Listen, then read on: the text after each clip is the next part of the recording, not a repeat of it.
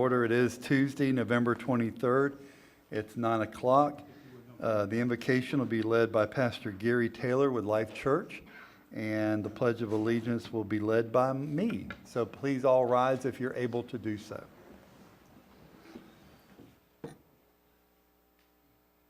There he is. I knew you were here. I saw you earlier. I'm front row Pentecostal, so I got to pay attention. All right, well, let's do it. Let's pray. Father God, we come before you boldly but yet humbly, thanking you for your gracious love and mercy. God, we pray for peace and unity throughout this community. God, we pray for our elected officials, the integrity that they use to manage the business of this community, their actions, their decisions, the words that they use. Father, we pray for our law enforcement officers, along with our other community workers, first responders, those who serve. God, we pray for their protection. We pray for their families. God, most of all, we pray that your protection will be upon us in this great town, in this community, in this great nation. God, we thank you and praise you. In Christ's name, amen. Amen. Join me in the pledge. I pledge allegiance to the flag of the United States of America and to the republic for which it stands, one nation under God, indivisible, with liberty and justice for all. I know, didn't. Thank you, Pastor Gary. We appreciate it. Thank you very much. And gentlemen, the next item of business is our approval of the minutes. Move approval. Second. Proper motion by Commissioner Turner, proper second by Commissioner Adamczak. Any further discussion on the minutes? Hearing none, all in favor signify by saying aye. Aye. Aye. Opposed, like sign. The ayes have it. And Mr. Suggs, this is your time to shine. Well, I won't go that far, Mr. Chairman. Good morning, Mr. Chairman, Commissioners. Morning. As you know, it's a privilege of mine to stand here today, as we do once every year, this time of year in November, to talk about the outgoing chairman and then to stand here and elect a new chair. So, this year, Chairman Harvey, it's your turn. You were chairman when I was appointed, and it's been an absolute thrill and a great ride for 4 years. I really do appreciate the relationship that you and I have, and you and the staff have, and what we've accomplished in the 4 years. But this is about this year. The things we got to do this year. We went and had the barbecue cook-off up in Georgia and had a blast. We got to see you bring in Access 67 as the flash at the Florida Association of Counties. You get to serve as the chair of the rural broadband, for the Association of Counties, and you work tirelessly here. You're always doing something, whether you're cooking for a nonprofit or organization. No one works harder than you do, and so it's been a pleasure for us and staff to serve for you and with you for the last year. So, that goes without saying, and so we've really enjoyed ourselves. Thank you.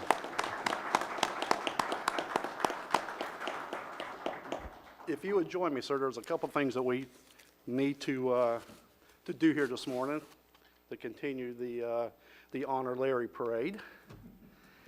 And the first thing is, we want to give you, like we do every year to our outgoing chairman, a plaque that talks about the appreciation of effective and dedicated leadership as chairman for 2021. Thank you so much for everything that you've done for us, for staff, and for this community. Thank you. On behalf of the staff.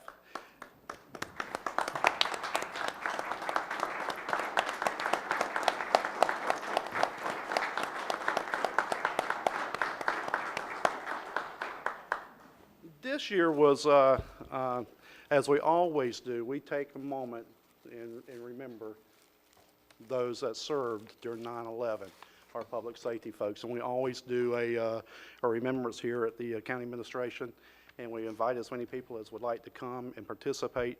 But this year was a little unique. You gave the speech this year on behalf of the Board of County Commissioners, and I just want you to know that a lot of folks have commented on that speech and the context of that speech and the way that you deliver it. And what we have here is the original handwritten version that Commissioner or Chairman Larry Harvey read that day for 9/11. But what we've done is we've taken and we've had it memorialized in a plaque for him because we thought that highly of it. And the folks in the audience that day were absolutely touched by the words and the way that you presented yourself that day. So we want to give you that as well as a token of our appreciation for everything that you've done this year as chairman. So you are so welcome. One last thing. My deputy county administrator and her staff thought it would be also a nice touch to give you something that you could carry with you everywhere you go, and had this nice mug made for you, and it's got Board of County Commissioners Chairman Larry Harvey 2021 on there. So this is from your staff. This is the ones that work hard every day to do the things that you would like for us to do to make this county better. Thank you so much. Thank you. Absolutely.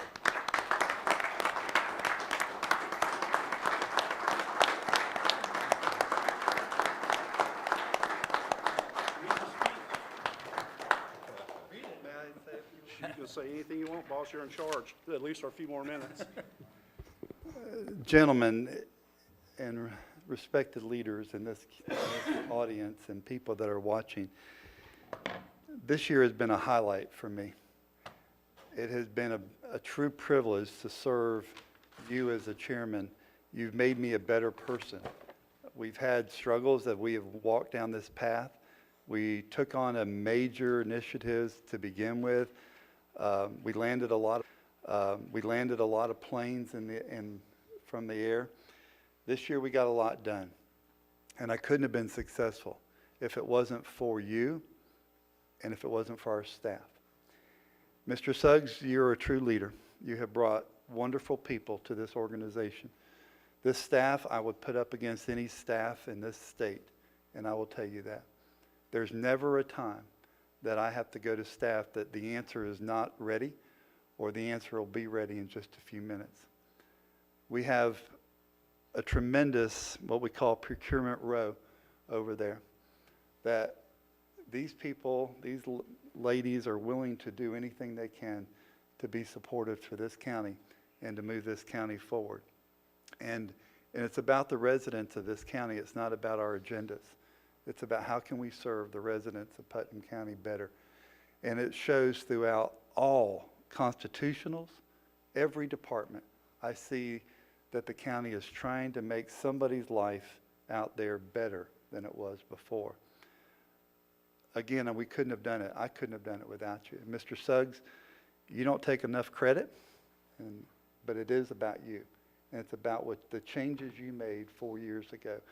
You know, when Governor Scott appointed me 7 years ago, he asked me to make change and to swim upstream.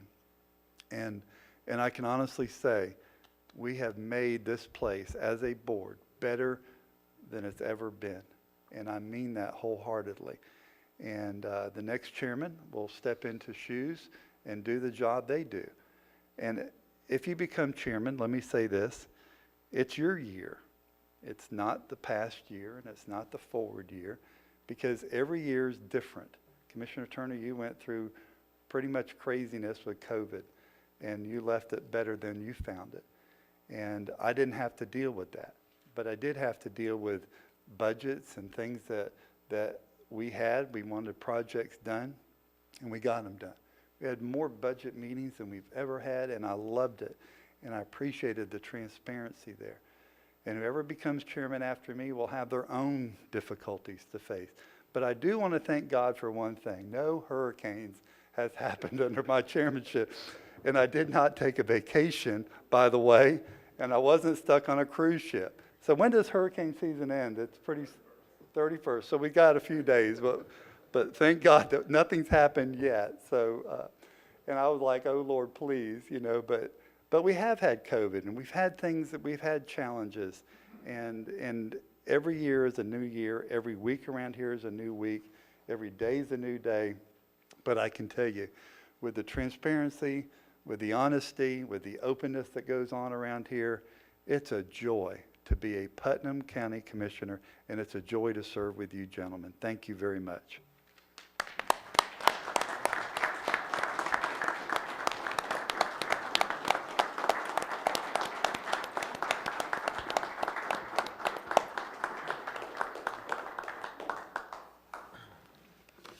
Well, I certainly concur that we do have the best staff in the state of Florida. So, and they are always willing to do what's necessary and help anybody. So I appreciate that very much, Mr. Harvey. Well, gentlemen, it's now time to do county business. County business is we need to elect a new chair and a vice chair this morning. I'd like to make a motion. I'd like to select Commissioner Bill Pickens as the chairman for the upcoming year. We have a motion. Do we have any other nominations? Hearing none, I'll ask for a motion to close. Motion to close nominations. Move we close nomination. Second. I'll second it. Okay. All right. Hearing no other nominees, I'd like to ask for a vote to go ahead and appoint Mr. Bill Pickens as the new chairman of the Board of County Commissioners. All in favor say aye. Aye. Any opposed? Congratulations, Mr. Pickens.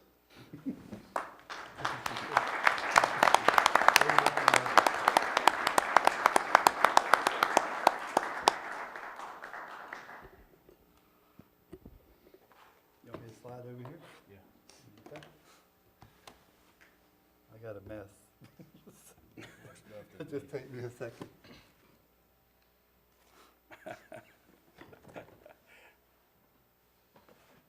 Only sure we pick that up. Okay, good. Okay. All right, as we settle in for our new seats, we'll go ahead now. I'll open up the floor for nominations for a vice chair. Do I have any nominations for vice chair?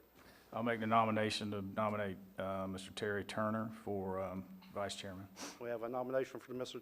Chairman, Commissioner Terry Turner. Do we have any other nominations? I make a motion to nominate Jeff Rawls.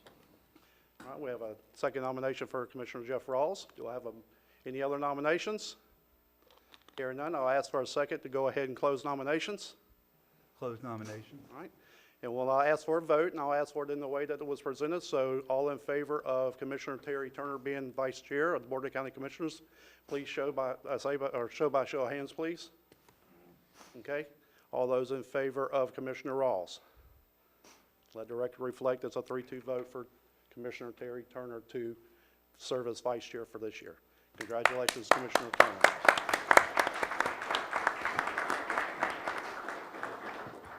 Mr. Chairman Pickens, that concludes my county business for this morning. The agenda is yours, sir. Okay. Thank you, Administrator Suggs. And I just want to make a couple of comments. I'll make some more comments at the end.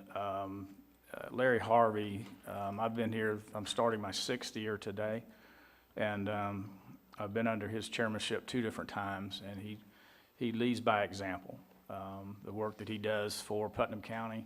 But Larry also serves on a number of boards on the state level. So Larry is all over the state, a lot in Tallahassee, and he's just a true workhorse, a true public servant for Putnam County, Larry, and I truly thank you. Thank you, sir. So, Thank you. since I am the chairman, they say I can pretty much do what I want to. So we're going to change the agenda around just a little bit. Commissioner Turner is not feeling well this morning. So if it's okay with the board, I'm going to move the consent agenda up, and then we'll move presentations back after the consent agenda, if that's okay. All right, so first we'll have public comment on agenda items. This is where you can come and speak on an agenda item. This portion of the agenda is designed to allow citizens an opportunity to bring matters to the attention of the board, but it's not reasonable to expect the board to engage in debate or discussion on these items. Do we have anybody in the audience that would like to speak on an agenda item?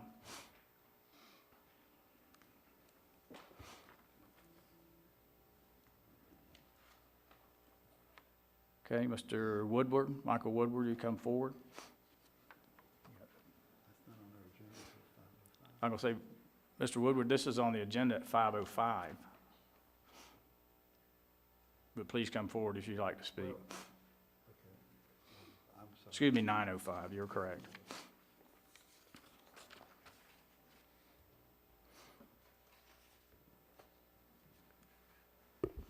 Chairman Pickens, I'd be happy to come back when that, when the 9:05 item is officially open for hearing, if you prefer. No, sir, that's fine.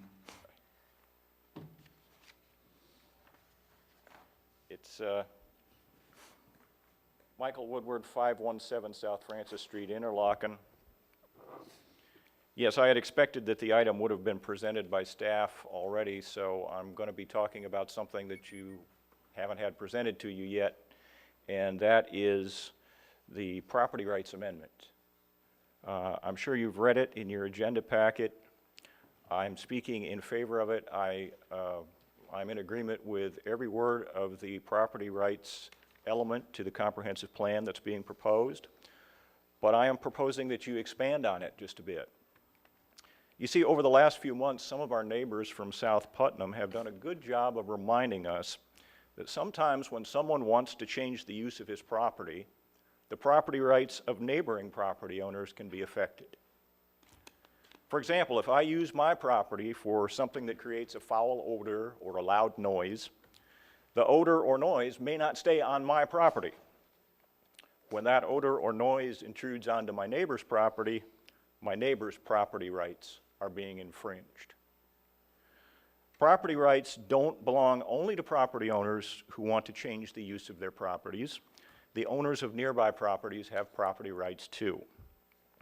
In recognition of that fact, I ask that you consider adding the following language to the property rights element. Policy J115.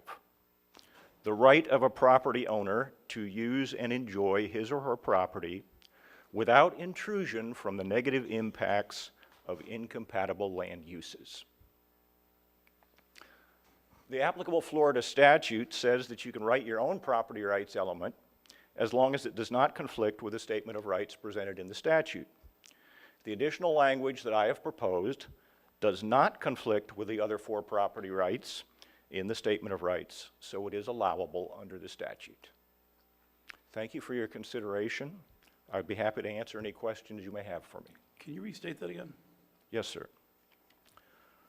Policy J115, the right of a property owner to use and enjoy his or her property without intrusion from the negative impacts of incompatible land uses.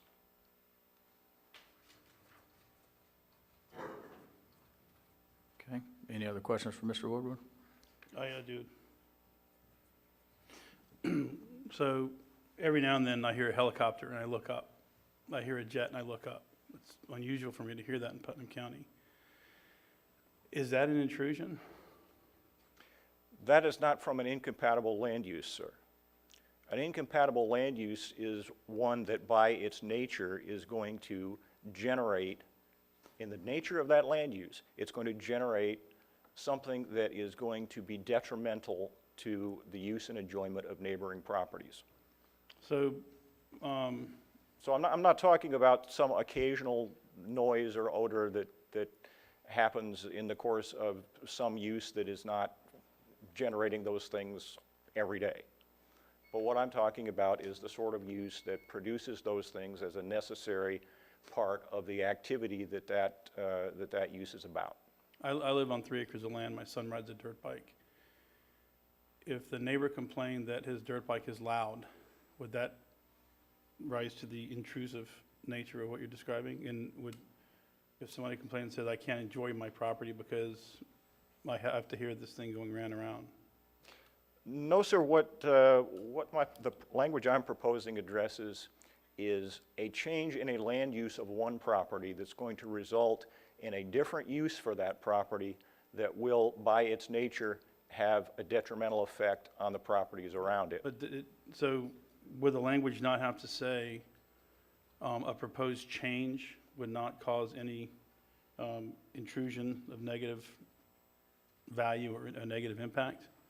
It certainly could be worded that way. I think the way you propose it, and that's why I asked you to repeat it, is it almost, I have 1,000 scenarios running through my mind right now where we would have neighbors against neighbors. I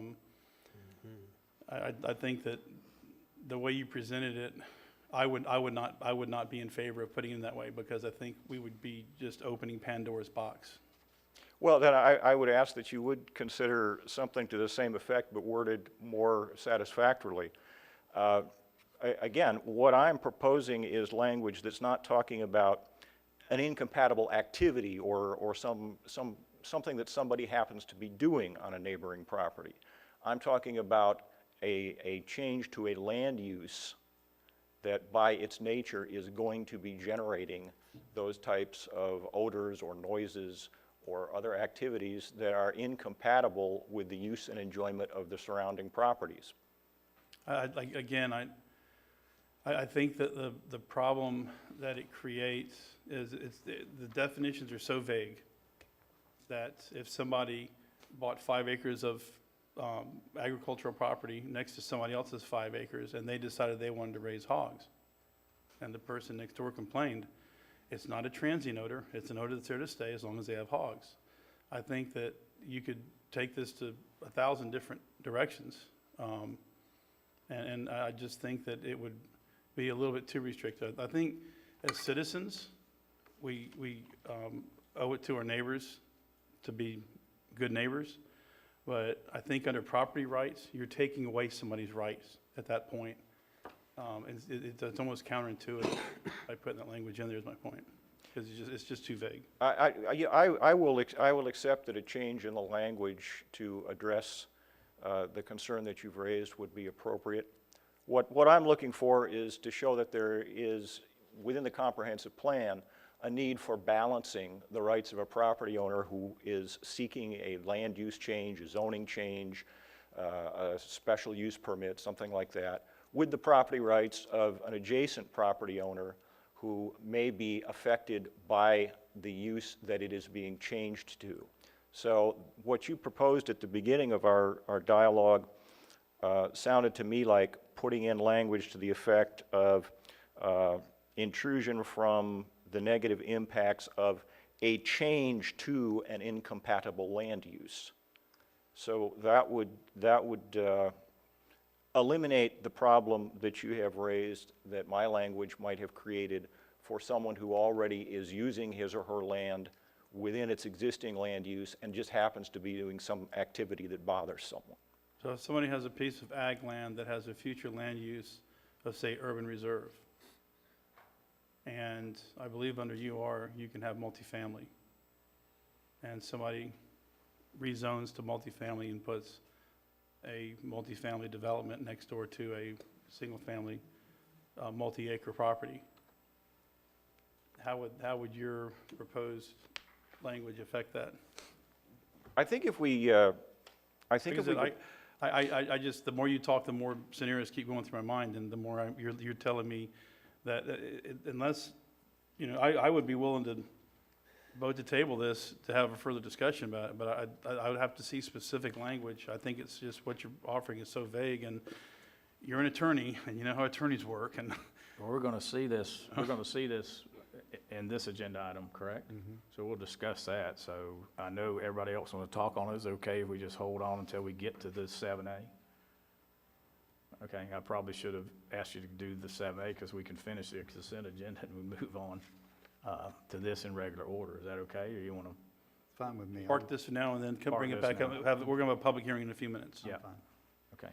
Thank you, sir. Is everybody okay with that? Yep. Thank you. Thank you, Mr. Woodward. Okay, we'll move down to the consent agenda. I'll start to my far right. Any items you want to pull? I have none. Okay, Commissioner Turner, I have none. Commissioner Rawls. I have none. I have none either, sir. Okay, all right. I would like to ask Larry Harvey if he would make the motion to accept all items on the consent agenda since he had not been able to make a motion in a year. And I'm just dying to, you're correct. So, Mr. Chairman, I propose that we adopt the consent agenda items A through I. A second. We've got a second. We've got a proper motion to accept the consent agenda and a proper second. Any further discussion? Okay, seeing none, all in favor indicate by saying aye. Aye. Opposed, same sign. Good deal.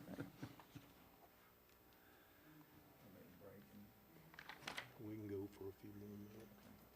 Okay, we'll move back up to presentations. And Julianne, countywide projects update. Thank you, Chairman. Just a reminder, today's list is not intended to be an all-inclusive list of every county project or initiative underway. It's a list of those that are of most importance to administration, commissioners, or our citizens. With that, administration has a contract management database project underway. Administration and IT have developed a contract management database, and final program testing and contract document uploads are in progress. The animal control facility, core borings were obtained. Commissioner Rawls is working on a final set of plans needed prior to soliciting for construction services. The Department of Health has continued to provide PRC testing on Husson Avenue Tuesday to Saturday from 9 to 5 by appointment. Residents may also call the support line to schedule an appointment. They are also offering PCR testing at the health department for school-aged children who are symptomatic by appointment only. They continue to provide COVID vaccine at the health department. They had Pfizer, Moderna, and Johnson & Johnson in stock, and they are available Monday to Friday from 9 to 3 with no appointment necessary. They're still providing the third dose to those who are immunocompromised with Pfizer and Moderna vaccine. The Melrose Library expansion is still underway. Field orders 1 and 2 were submitted to Putnam County Building Department on 10/8 and were approved. The contractor is now able to get the final installation finished, inspection by the county, and move forward with drywall. Windows are still on track for the December 22nd delivery. Unfortunately, the wood door is still on back order and the contractor doesn't have a solid delivery date at this time, but we are working with the vendor to get that resolved. Georgetown Park with Parks and Recreation. Staff met with a consultant from UF for an update on the progress and opportunity to provide feedback on desired key features and elements. A preliminary conceptual design is being drafted to incorporate the key elements, and additional work on the remaining management plan objectives is in progress. The Flora Home Park Historic Building Upgrade. To date, they have spent nearly $90,000 in renovations. They have completed the installation and painting of the side entry door. They are nearly finished with exterior painting. They removed all the old paint from the beautiful front entry door, and that is all that remains to be painted. Last weekend, they had a work day to process the 96-year-old heart pine flooring that was donated. 7 of them cut and then stacked all the usable flooring for installation at a later date. Our building permit is finally approved in its entirety, so we plan to call for rough plumbing and electrical inspections soon. They are actively making plans for the construction of the exterior structures and are still waiting for the well insulation and then allow them to have the final inspection of the septic tank. The comprehensive plan consultant staff has finalized work addressing the comments sent to the county by the Department of Economic Opportunity and has made changes as requested by the BOCC at the workshop held on November 8th. The comp plan adoption hearing is scheduled to take place this afternoon at 5:05. The CitizenServe online permitting project. The software is still undergoing data transfer and migration. Staff training to began November 22nd. Fort Gates Ferry Landing, construction has commenced. The old pilings have been removed and all new pilings have been installed. Barden Bridge, construction is underway. All pilings have been installed and the deck is scheduled to be poured in December. Lake Susan Road, Phase 2, the project is in the closeout phase. St. John's Avenue resurfacing, Palm Avenue to the CSX crossing at the Placa Fire Department. Requests for qualifications to perform construction, engineering, and inspection services were obtained and ranked. Concurrence from FDOT is being obtained to begin negotiations with the top-ranked firm. A request for action from the BOCC to approve the ranked CEI firms is anticipated December 14th, pending the FDOT concurrence. County Road 310 Bridge Rehabilitation. Request for qualifications to perform construction, engineering, and inspection services has been advertised and were due December 16th. Final permitting activities are underway. Septic to sewer conversion phase 2. The contractor has installed 20 of the 89 grinder pump systems. Completion of the project is anticipated to be April of 2022. Septic to sewer conversion phase 3. Public Works is currently compiling the bid documents for the project and collecting the required utility easements and utility agreements needed to begin the project. Sawyer, Salem, and Bull Green Drainage Project. The executed contract has been obtained and the pre-construction meeting is anticipated to be complete by mid-December. Dirt to pave 2020. Silver Beach Boulevard, Magnolia, North Beach Street, Cypress Point Circle, Lakeview Trail, Twin Lakes Boulevard, Cinnamon Drive, Hunter Road, and College are all complete. Bainbridge has been paved and the punch list items are being addressed. The contractor is planning to begin paving operations in Kingfish, Druid, Balsam, Blanchette, Marlowe, Indiana, and Higgins Street in mid-December. Anticipated to be completed by the first quarter of 2022. Dirt to pave 2021, bids were received September 23rd, 21. A notice of intended action to reject all bids was posted on November 9th. Public Works is revising the bid documents to re-advertise for construction. Dirt to pave 2022, survey work is underway by county staff. East Putnam Drainage and Flood Mitigation Phase 1 and 2. Phase 1 punch list items are being addressed. Phase 2 construction activities are complete. Phase 3 bid documents have been advertised and bids are due in December. Phase 4 agreement with FDEP for additional funding and a time extension is being presented at this morning's consent agenda. St. John's Avenue drainage improvement, State Road 19 to County Road 309C. Engineering design services and advertisement for construction activities are scheduled to be completed by January 2022. An amendment to the agreement with DEO is underway to allocate additional funds and time to the project to extend the limits of the project further east along St. John's Avenue. St. John's Avenue multi-use trail, a change order has been obtained from the contractor and reviewed by FDOT. Public Works will present this item for discussion during the December 14th BOCC workshop. Countywide drainage improvements. The executed contract has been obtained and the pre-construction meeting is anticipated to be completed by mid-December. South Palm Sidewalk, Drude Street to Silver Lake Drive. The signed funding agreement has been sent to FDOT for execution.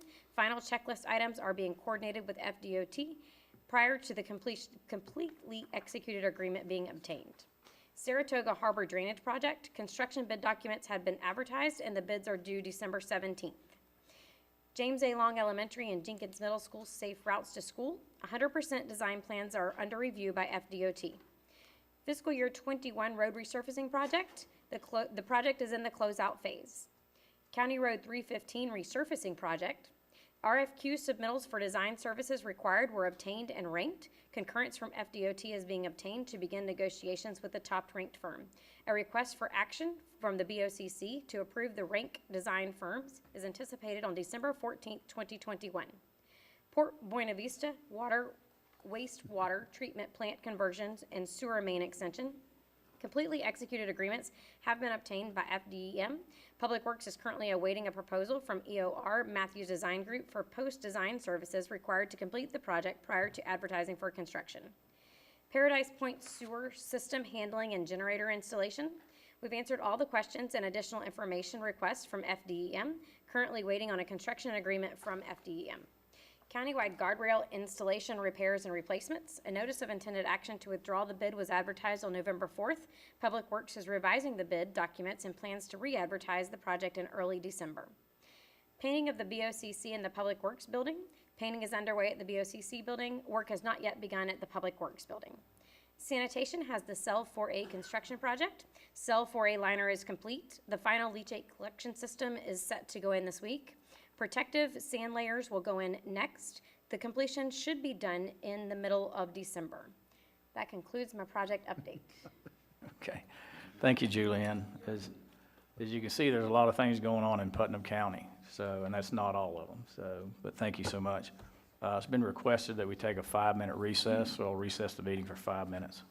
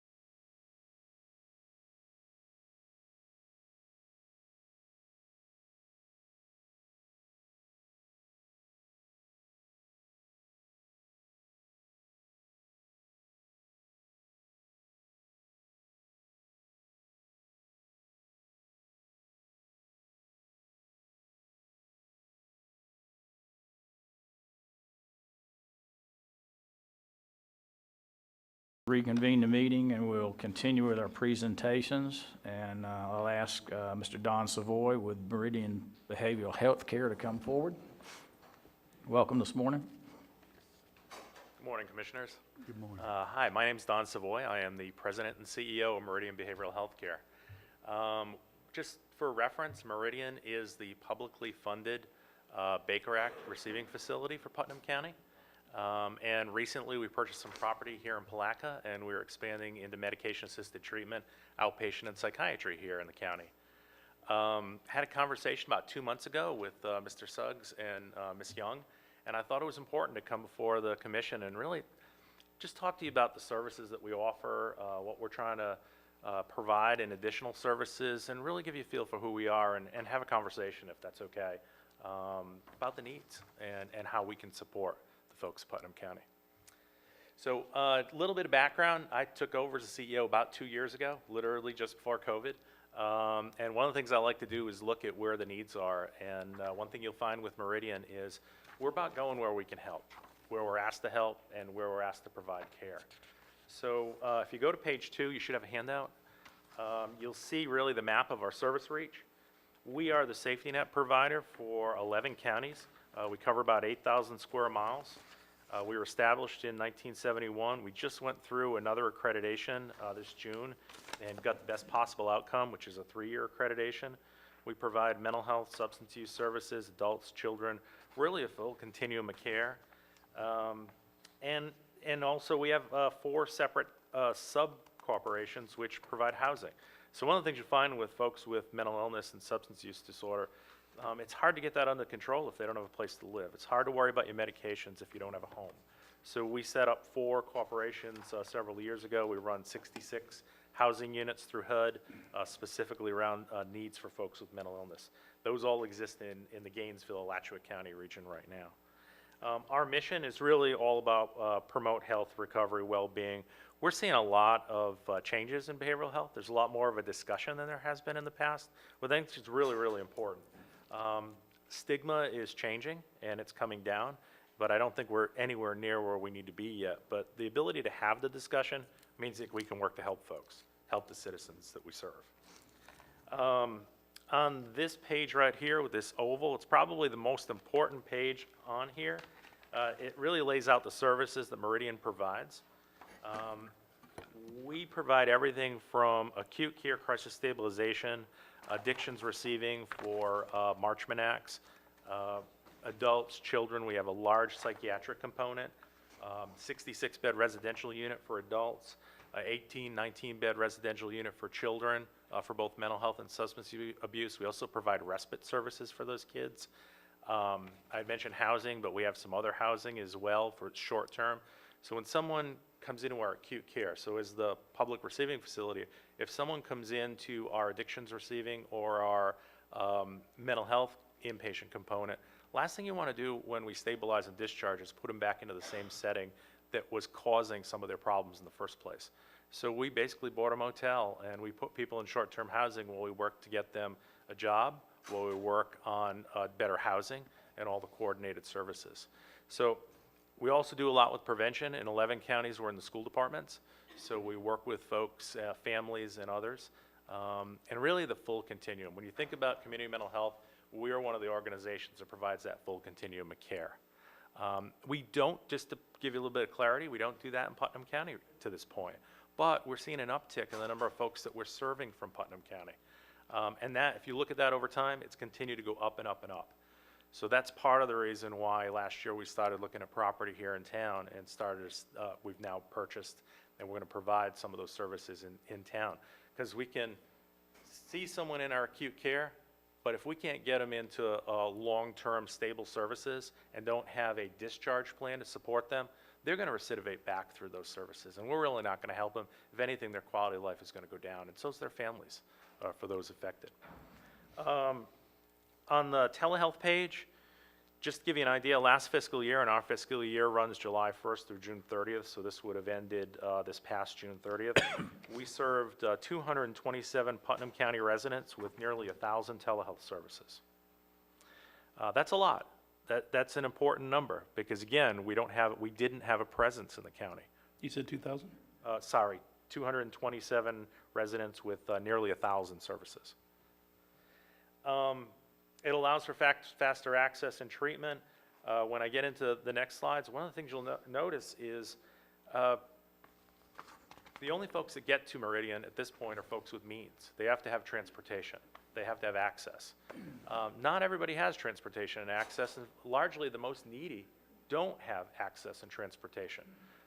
So being able to provide telehealth really makes a difference, and we are going to expand on that. Meridian's been providing telehealth services now for the last 8 years. So when COVID hit, we were the second largest telehealth provider in the state for behavioral health services. We went from providing 40 a week to 8,000 a month in a matter of 2 weeks, a year ago March. And that allowed us to keep continuity of care and really manage the folks that we served. If I'm giving you too much, tell me. Sometimes I can get in the weeds. And if you have any questions, please stop me. The next page talks about who we served last year in Putnam County. 21% were children, a good number. It's on par with a lot of folks we see from different counties. Really, the breakout here was pretty standard for what we see. Female, 217 adults, 51 kids. Male, 191 adults, and 53 kids. On the next page, though, I want to talk a little bit about... Can you back up a second? Sure. So you said female 200 what? 217 adult females and 51 female children, juveniles. But I'm still on the telehealth page. You had said there was 227. Is that only for telehealth, or is Yes. that, okay, Yes, just for telehealth. okay.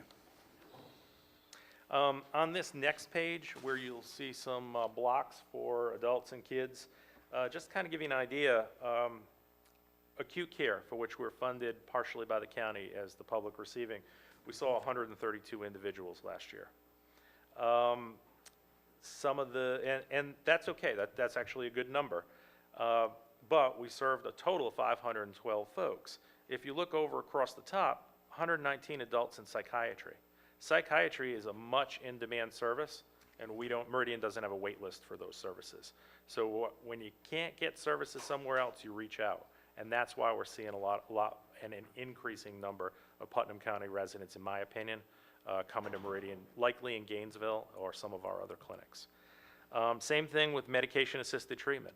So the facility that we're opening here in Palatka is a medication-assisted treatment clinic first, but it'll also do outpatient, psychiatry, and we'll have telehealth from there. So if you don't have telehealth in your home, but you can get to Palatka far easier than get to Gainesville, we'll connect you with your therapist from our office if we don't have them in Palatka. But medication-assisted treatment, there hasn't been an expansion of methadone services in probably about 10 years. It has to be state procured. When it came out in 2000, we jumped on it, mainly because we knew that we were seeing more and more folks in methadone treatment and buprenorphine and Vivitrol. These are medication-assisted treatments coming from Palatka and, well, really all of Putnam County to Meridian. The numbers continue to escalate. And just to give you an idea, since COVID, we've seen a 29% increase in the need for substance abuse services across the board, likely due to everything that's going on with COVID. If we don't tamp that down now and provide services, we're going to have another problem on our hands. Really, it's already starting, but will likely be for the next year or two. So again, we started this process of standing up a clinic here when I took over in early February of 2000. We had to bid for it, and we won the bid against for-profits. So if you can't tell, we're excited to get into town and provide some additional services. The other thing I'd mention is children's psychiatry. This number really stood out to me. 44 children are in our care for children's psychiatry. That, in behavioral health terms, is the most difficult service to procure. There's only about 8,800 child psychiatrists in the country. But we have 3 going on 4 right now. So we are seeing a lot of folks make the trek or use telehealth to get those services out of Gainesville through our providers. And then also counseling numbers, 118 and 66. Largely, I'd have to say a lot of that's probably follow-up from acute care services after post-discharge, again, if they have the means to follow through with care at Meridian. On the next page, I'll just touch on this very briefly. Meridian always makes the community the payer of last resort and public funds the payer of last resort. The majority of those we saw, 88% last year in Putnam County, were at or below the federal poverty guidelines. No one was seen that was ineligible for some type of subsidy by Meridian. Indigent care, 33% of the services that we provided have been paid for with indigent care state dollars. That's through DCF and LSF, which is the managing entity, and 61% had some form of Medicaid. Interesting, and just a note, almost 15% have some type of insurance, but in behavioral health, a lot of the services aren't covered by insurance plans. So only 4% of the services for those individuals actually had any coverage at all. So there's a big disparity between services and delivery. So why Meridian here and now? I kind of got into that a little bit already. There's a need. There's a ever-increasing need for folks from Putnam County to receive services, and we see a gap. We are friends with SMA, which is one of the outpatient providers here. Their CEO, Ivan Kosimi, is a good friend. We have conversations about how to provide additional care in Putnam County. We coordinate our efforts, and I think that's really, really important. You know, again, need gap growing. Comparison to some other counties, y'all are about the same size as Columbia. That's the second largest county we serve. And I kind of look at their numbers and say, okay, are we doing a good job? And you got to kind of compare to know whether you're on par. Good number is about between 8 and 10% of the folks that need 8 to 10% of the population will need some form of behavioral health services now or in the future. So we use that 8% as sort of a mark. We're quite a bit below that right now, even if you look at all the services that are being provided. And, you know, we have seen, you know, you guys are close to a lot of counties, so we've seen some folks migrate to Ocala and Marion County, but there's also some challenges there. So we've been trying to work through some of that. To give you an idea what we're up to, first of the year, we'll be opening up on January 3rd. If everything goes well, we got construction done, we'll be opening up right up here on Krill Ave, an outpatient facility. That'll be for post-discharge follow-up. For all the folks we're currently serving, we're going to give them the option not to drive to Gainesville, not to have to come in. So if we can get them into that office, we can do vitals, we can do everything we need. Even if it's telehealth, we can manage through telehealth, start to get that rolling. We've already applied for the medication-assisted treatment license, but that's a good 6-month process. It's got to go through DEA, it's got to go through SAMHSA, then it's got to come back to local to DCF and go through all that process. We're in good shape on that. This is not our first rodeo, so to speak. We have a large medication-assisted treatment clinic in Gainesville. We have another one in Lake City. We're opening one in Swanee, and we have one in Chiefland that's been in operation for a long time. You know, healthcare is local, and it has to be local to be successful, in my opinion. And that's really part of that's the main reason why we're kind of moving into provide services directly here in the county. One thing I'll tell you, you hear a lot about medication-assisted treatment. I've been in this business a lot of years. It requires a fidelity of process, and that means it can't be just medication. There has to be counseling. There has to be a psychiatric component and a medical component. We have to get folks, and everybody's different, but we have to get them from a more intensive model back to their normal life state. So get them through to other resources like AA, NA, brief counseling, the things that matter, for 2 reasons. It's the most important thing for the individual, but also if we were to serve people sort of indefinitely through medication, we run out of capacity. We don't have the ability to serve the next folks that come through, and then you get into wait lists and other things. So we focus on fidelity of model, but also on getting folks back to their life state where they're needed. And really, you know, I'd love to answer any questions you all have. From the conversations I had with law enforcement, with EMS, with Mr. Suggs and Ms. Young, there seems to be a big discussion around behavioral health. And while it can be frustrating, I think it's important. It's a good thing to have that discussion because, you know, while it may be hard to figure out, if you're not having the conversation, you're not solving the problem. And I'm just here to help with the community, be part of it, and support in any way I can. So I'd gladly answer any questions you all have. And downstream, if you ever need me, if there's anything that comes up, you have my number. I left it on the sheet. Please call, and I'll bring out some experts. We'll have a conversation. We'll move the needle. together. All right, thank you. Commissioner Harvey has some questions, and Thank also you. Commissioner Rawls. Sure. Mr. Savoy, thank you for your presentation today. Where is your facility going to be at on Krill Avenue? It's just northeast of here. I don't know the address. Dr. Finlander's old office, next to Bates Hewitt and Ford. Okay, good. And I do appreciate you coming. I think you're late to the game. I hate to say that, but I'm glad you're here. I know that we've heard a lot from SMA lately, and they've really stepped up for us, and I'm glad you're coming. I really am. I think that there's a big need. Commissioner Rawls has been hosting some workshops on mental health and all the different components thereof, and it's grown a lot of different tentacles, and I'm sure that it started out to be something small and it's gotten to be very large. But there is a need, and you see that need, and we appreciate you coming to work with our partners here and be a part of that solution. So thank you very much. Thank you, Mr. Chairman. Okay. Commissioner Rawls?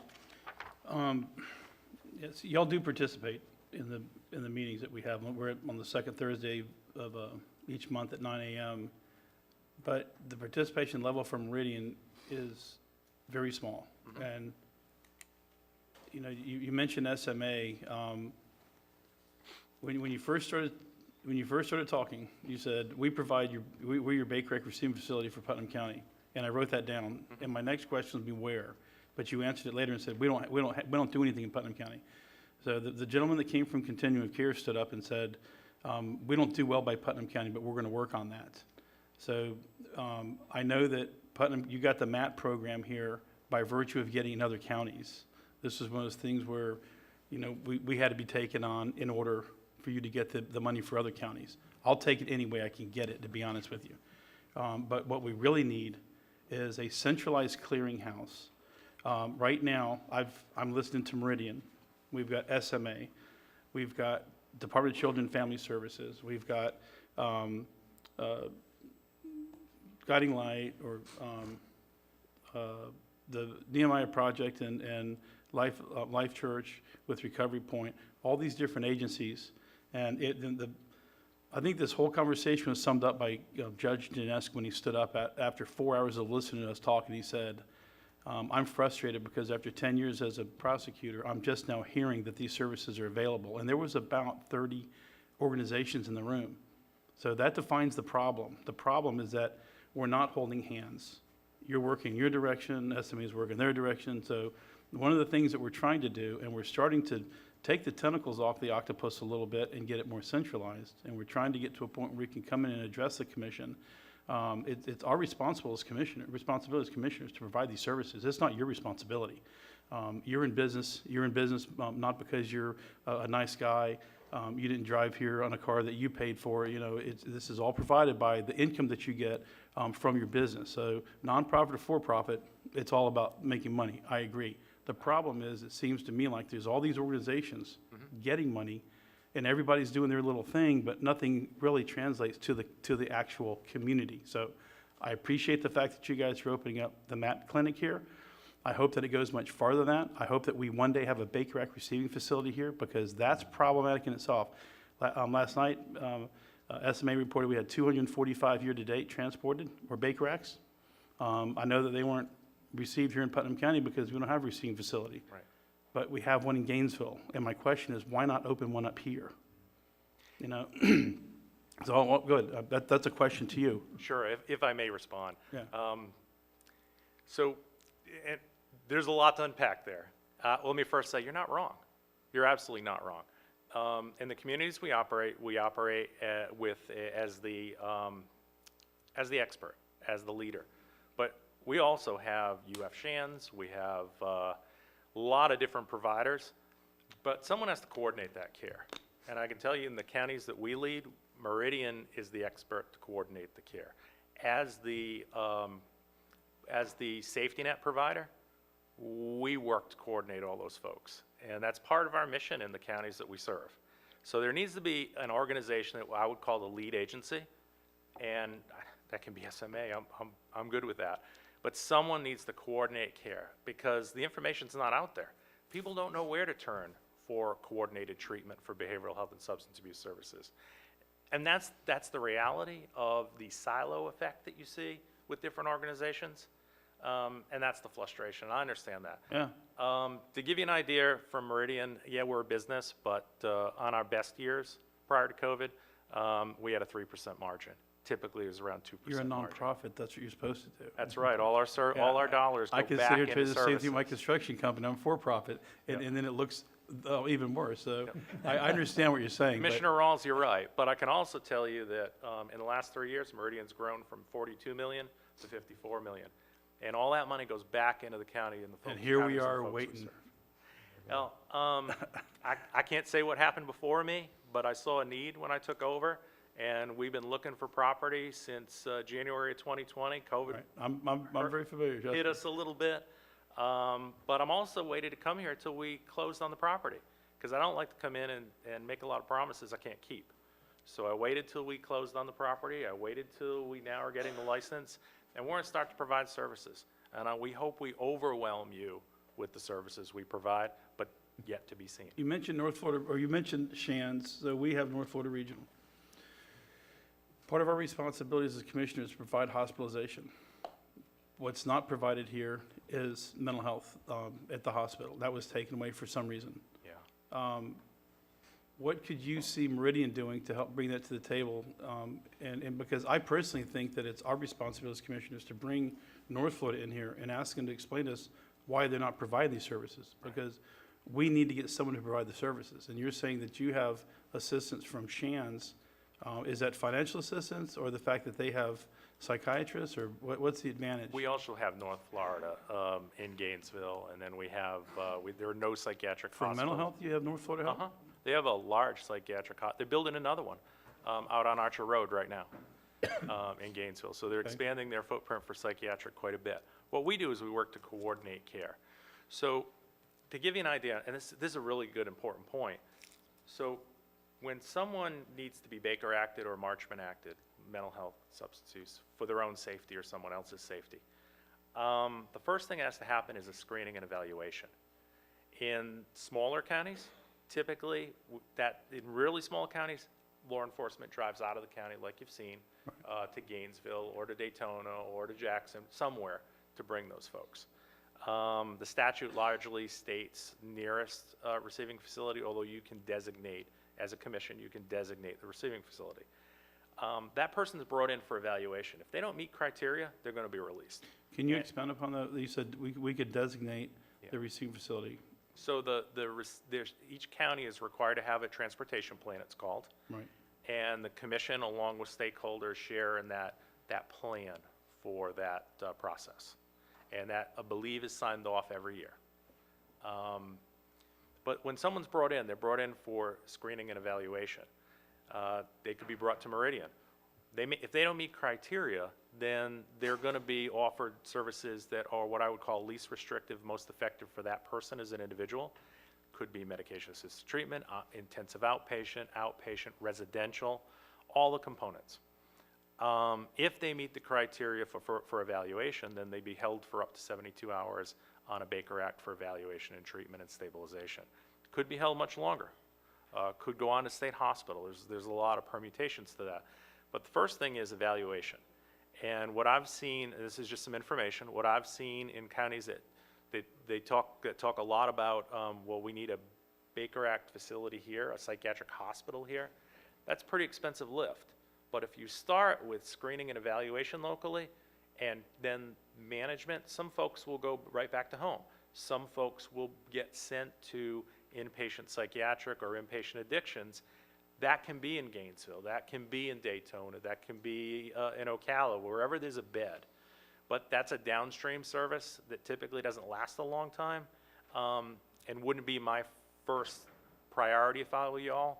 I'd look to put that screening and evaluation in the county, because trying to get the hospital to stand up and build a compliant psychiatric facility for the inpatient component is real expensive. And also, it's a far fewer number of folks than actually get screened and evaluated. Having that 24/7, 365 screening capability starts you down that road. And that's real for where I would start. What would that cost? Right now, we're looking at a central receiving system in Alachua County, where everyone would come to Meridian. It's right around $2 million a year is the operating, 2.1 million is the operating budget. How is that funded? Well, there are, hard answer. 9 in the state, 9 central receiving systems have been stood up back in 2016. State legislature appropriated 2.5 million for these 9 organizations, 9 receiving facilities that manage 26 counties. So 2.5 million per or per, total? yes. Okay. So they manage, there are 9, and they manage 26 counties. So if you think about it, the outlying counties are brought in and supported by those central receiving models. That money got funded in 2018. It almost got pulled out this past year, but it's been said by the legislature that they don't anticipate putting any more central receiving dollars into the system. So here in Alachua, we haven't figured out how we're going to pay for that yet. It's a need and a demand of the county commission because we have 4, we used to have 5, we have 4 receiving facilities. There's no coordination in treatment. They could be brought to North Florida, they could be brought to Shands, they could be brought to the VA, they could be brought to Meridian. But Meridian can't reach out to the other 3 and say, who's been treating this individual and what's been effective and what hasn't worked. So central receiving gives us that coordinated approach, and I think that's somewhat where you're going with that. Right. But once you have a receiving facility in town, then it really becomes a lot of expensive transport for the folks that are going to be served until you stand up a psychiatric hospital.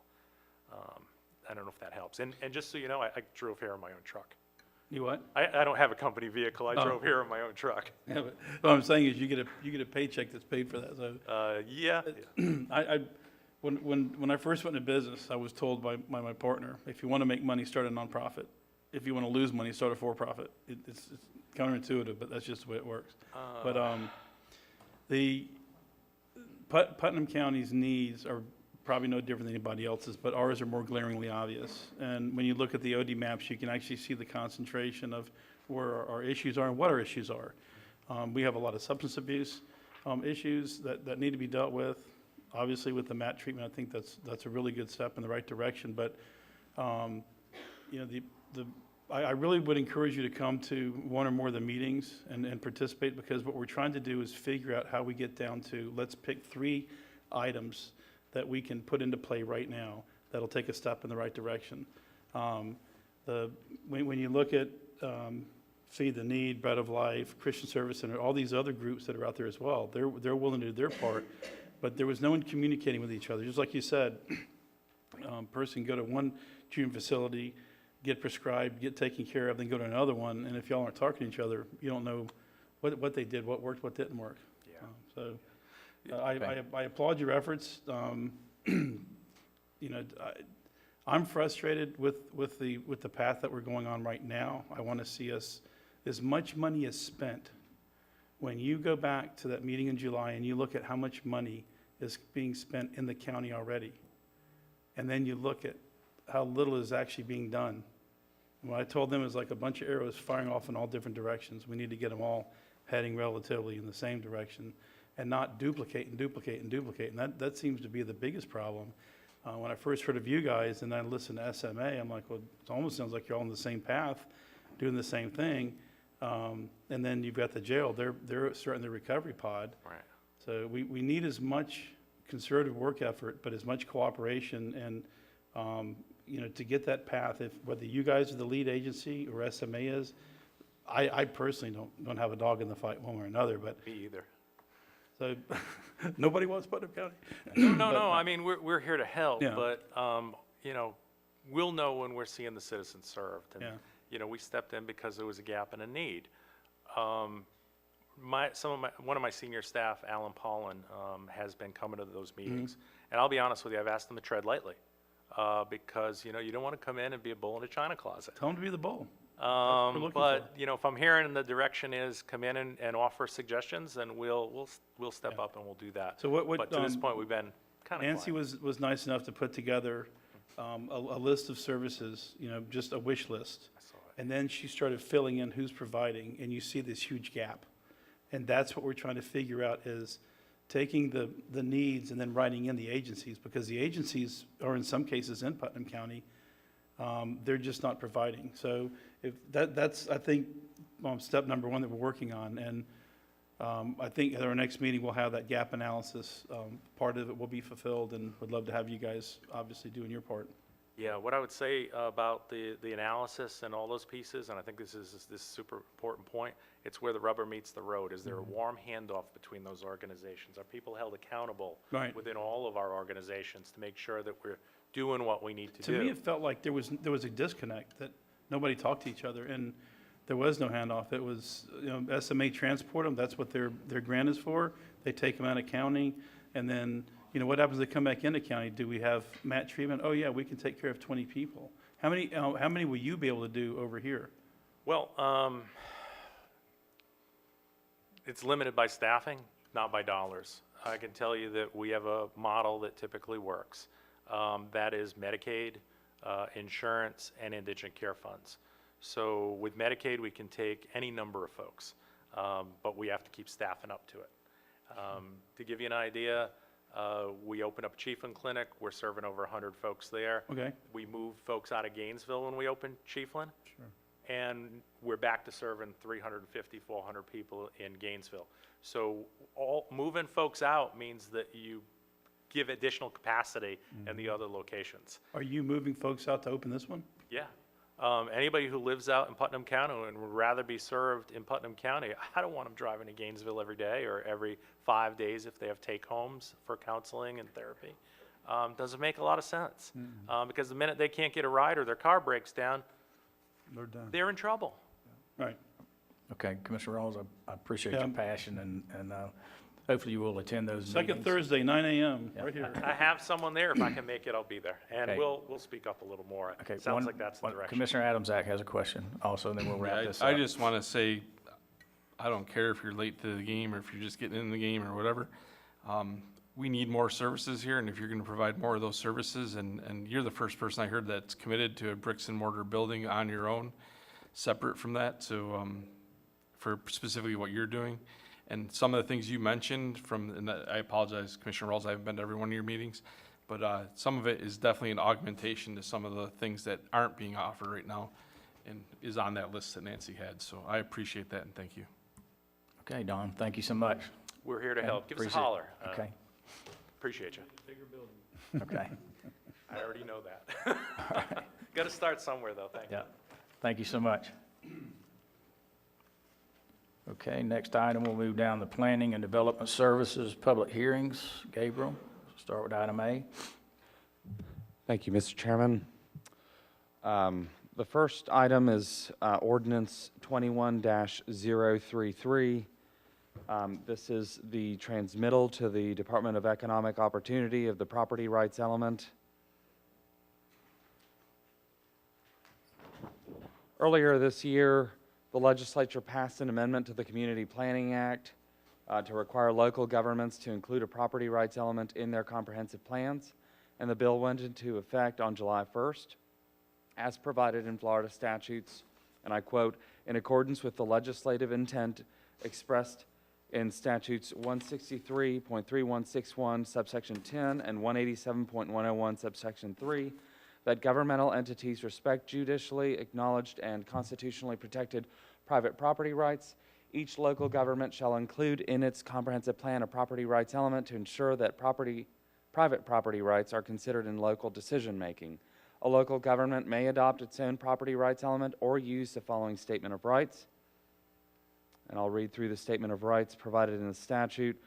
The following rights shall be considered in local decision-making. 1, the right of a property owner to physically possess and control his or her interests in the property, including easements, leases, or mineral rights. 2, the right of a property owner to use, maintain, develop, and improve his or her property for personal use or for the use of any other person, subject to state law and local ordinances. 3, the right of the property owner to privacy and to exclude others from the property to protect the owner's possessions and property. And 4, the right of a property owner to dispose of his or her property through sale or gift. Staff recommends that the Board of County Commissioners transmit the proposed amendment and ordinance to the Department of Economic Opportunity for expedited review. And this concludes this portion of the presentation. Thank you. Okay, Commissioners, any questions of staff? I do, sir. Okay, Commissioner Harvey? Gabriel, thank you. According to, listening to Mr. Woodward this morning, earlier about painting with a broad brush, government has unintended consequences when we start doing that. Somebody say something? That was Killebrew. Oh, okay, I'm sorry. My point is this: for the protection of people's property rights with an incompatible land use, isn't that taken care of through the zoning and through the planning commission? That is one of the things, Commissioner Harvey, That's fine, sir. that we look at. Okay, so the two, and when we talk about zoning board of adjustments and the planning commission, those are citizens committees. So, and they accept testimony and they consider those neighboring incompatibilities and things in that nature. So why would we want to muddy the water up a little bit when we have those citizens committees that are making those decisions at that point? Well, I can attest to what you said, that yes, we do consider incompatible land uses when issuing a staff recommendation, and I can say also that our planning commission and ZBOA should also look at those items, or that item, when considering changing a future land use or a zoning on a piece of property. Thank you, Gabriel. I appreciate it. Thank you, Mr. Chairman, for the opportunity. Okay, Commissioner Adamsack? To what point can the ZBOA, let's say, for instance, or your department, utilize, what discretion do you have on determining what is considered a land use that is detrimental to the neighbors or vice versa? So normally we look at things like the nuisance that it would introduce into the area, smell, noise, aesthetic degradation, among others. But we would also look at, in the code we have, our zoning districts state exactly what land uses they can go, and then the land uses then, good planning practice would call for a transition in land uses. So we wouldn't want to put a very highly intense future land use category right next to an agricultural area. So there is some discretion, to answer your question. There isn't a concrete set of rules that would be followed other than those that good planning practice would call for and what the code currently establishes. Thank you. Okay, any other questions of staff? Okay, I'll open up this portion. So I got a question for Mr. Commando. Were you able to find anything that you were looking for? So yes, just so the rest of the commission's aware, I mean, one of the things that we are looking at is where these protections already exist.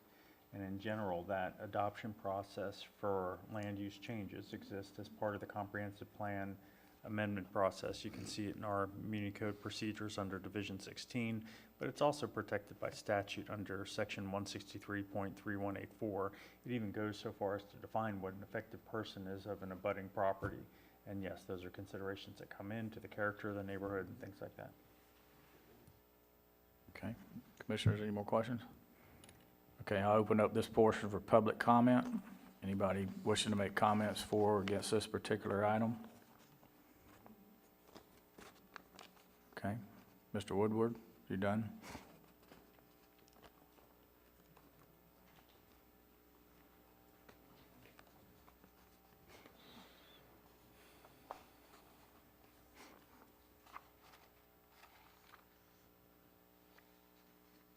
I hope I'm not wrong in interpreting that as an invitation. Okay. I want to just point out that the purpose of the property rights amendment, or the property rights element in the comprehensive plan is just to serve as a reminder. It does not create any new rights. It does not create any causes of action, neighbor against neighbor, citizen against county. It doesn't do any of those things. Objective J11 says that the county shall consider the following policies in local decision making. So this is just a reminder to whoever's making the decision, whether it's this board, whether it's the Zoning Board of Adjustment, whether it's the Planning Commission, anybody who's in the decision-making process for the county should be reminded, first of all, that property owners have real rights. And that's what the first four elements do, or the first four policies do. And my suggestion was simply to add a fifth one as a reminder that there are occasions when the rights of property owners who are not the applicant also come into play and need to be balanced with the rights, the property rights of the applicant. And while I agree with Mr. Rawls that some more artful language might have been employed in doing so, I hope that you will be comfortable with the notion that I'm not trying to pull any sneaky lawyer trick. I'm just trying to put a balance into this to remind everybody in the chain of decision-making that sometimes you have to balance one person's property rights against another, and we need to see both sides of that sometimes. So if you're not comfortable with my language or you don't want to propose any of your own, I'll go home feeling like I've done a good day's work here this morning, just getting this conversation going so that at least all of us in this room can be reminded that sometimes the other folks have property rights too. Thank you. Commissioner Harvey? Mr. Woodward, so are you admitting that attorneys have sneaky lawyer tricks that they do? Is that a public acknowledgement of that? Just a little humor goes a long way, according to Mr. Pickens. I think my remarks should not be construed as an admission, but rather as a denial. Got you. Okay. But Mr. Woodward, I feel very comfortable in the fact that what you said is right, that this isn't a mandate, it's just a reminder. And we have citizens boards that look at that. So I don't see us adding something more to it based on those two citizens boards that we have. Making one goes, if there's an appeal, goes to the circuit court, and the other, the appeal comes to this board. So there's plenty of opportunity for us to consider, once it goes through staff and those citizens board, of the what you refer to as the incompatible neighboring land use. So I think that that's well taken care of. So I appreciate your comments. Thank you. Thank you. Commissioner Adams-Act? And I really do appreciate the idea of protecting the neighborhood's rights and the neighbors directly, and even beyond the direct neighbors. But I think this is taken care of through process. We're yet to see, in some cases, if process is going to work. But I think the process is there to accommodate this. So I don't really see where adding it is necessarily the right idea in my mind. Maybe changing the process, if we find a point where the process is broken, would be the better place to do it. And I think it may have more effect. But so far in the year that I've been here, I haven't seen an example where that process is broken yet. If that makes sense. Thank you. All right, Commissioner Rawls? Commissioner Harvey took the words right out of my mouth. I wrote down ZBO and planning boards. You know, that's our stopgap. And it's just, I think where we as citizens need to not only take care of our own personal property, but also be respectful of our neighbors' properties. And I think that's just part of being an American citizen. I don't think we can put enough words on paper that would stop somebody from doing something that offended somebody else. It just, you're not going to happen. If I could wave a magic wand, I wouldn't hear these loud trucks driving up and down the street and dirt bikes and four-wheelers every weekend racing up and down paved streets. But it's just the country that we live in. It's part of being an American citizen. But I really, from the bottom of my heart, appreciate the fact that you did pick up on that. It's definitely worth the conversation. But I'm in favor of just leaving it alone the way it is. Okay. All right. Thank you, gentlemen. Thank you, Mr. Woodward. And I have enjoyed the dialogue. Okay. All right. Any other individuals wishing to speak on before or against this? Okay, seeing none, we'll close the public comment portion. Mr. Chairman, I'd like to make a motion that we Okay. adopt the property rights element on TA 21-02, and that we go ahead and refer this to, we recommend the Board of County Commissioners transmit the proposed amendment and ordinance to the Department of Economic Opportunity for expedited review. Second. Okay, we've got a proper motion by Commissioner Harvey and a proper second by Commissioner Adams-Act. Okay, any further discussion on this item? Okay, seeing none, all in favor indicate by saying aye. Aye. Aye, opposed, same sign. Okay, item passes. Gabriel, item B. Yes, sir. If you'll give me just a moment, the presentation is, okay. There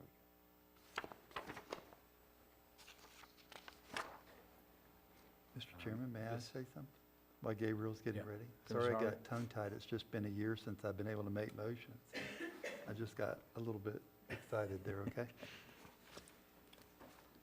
This item is case number R21-018. This is ordinance number 21-031 to adopt a zoning map amendment from agriculture to residential 1.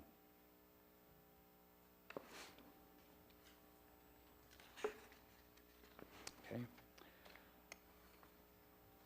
This request is to change the zoning map designation from agriculture to R1 on 2 parcels. The property is located on the south side of East Pinal Road, along Pinal Church Road.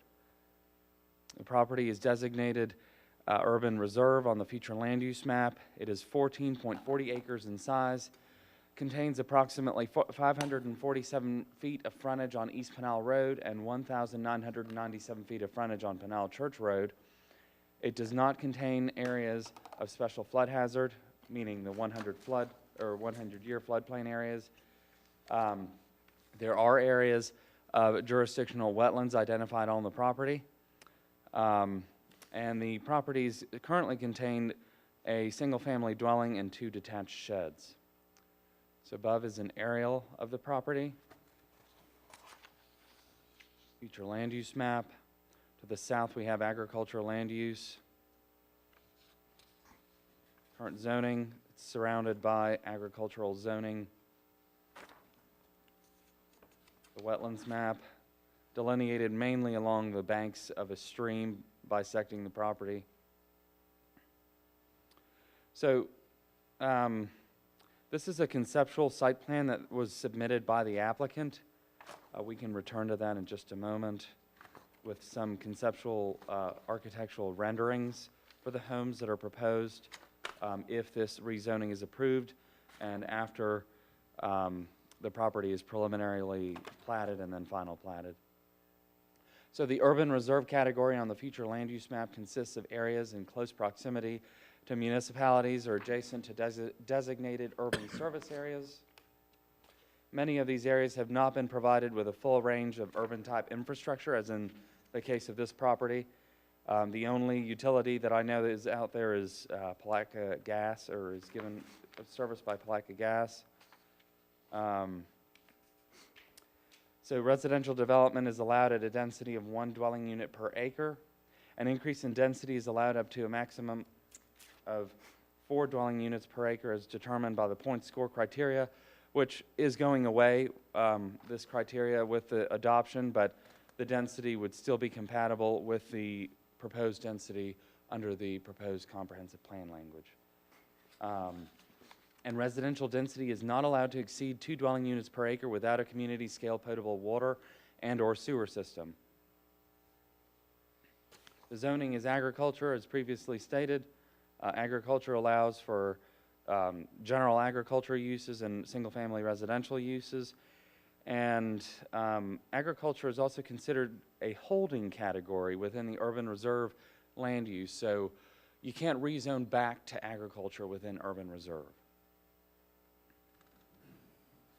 Okay, so the proposed zoning or the requested zoning district is R1, and this district is intended to provide a residential zoning district for use primarily in the rural residential, rural center, urban service, and urban reserve land use classifications.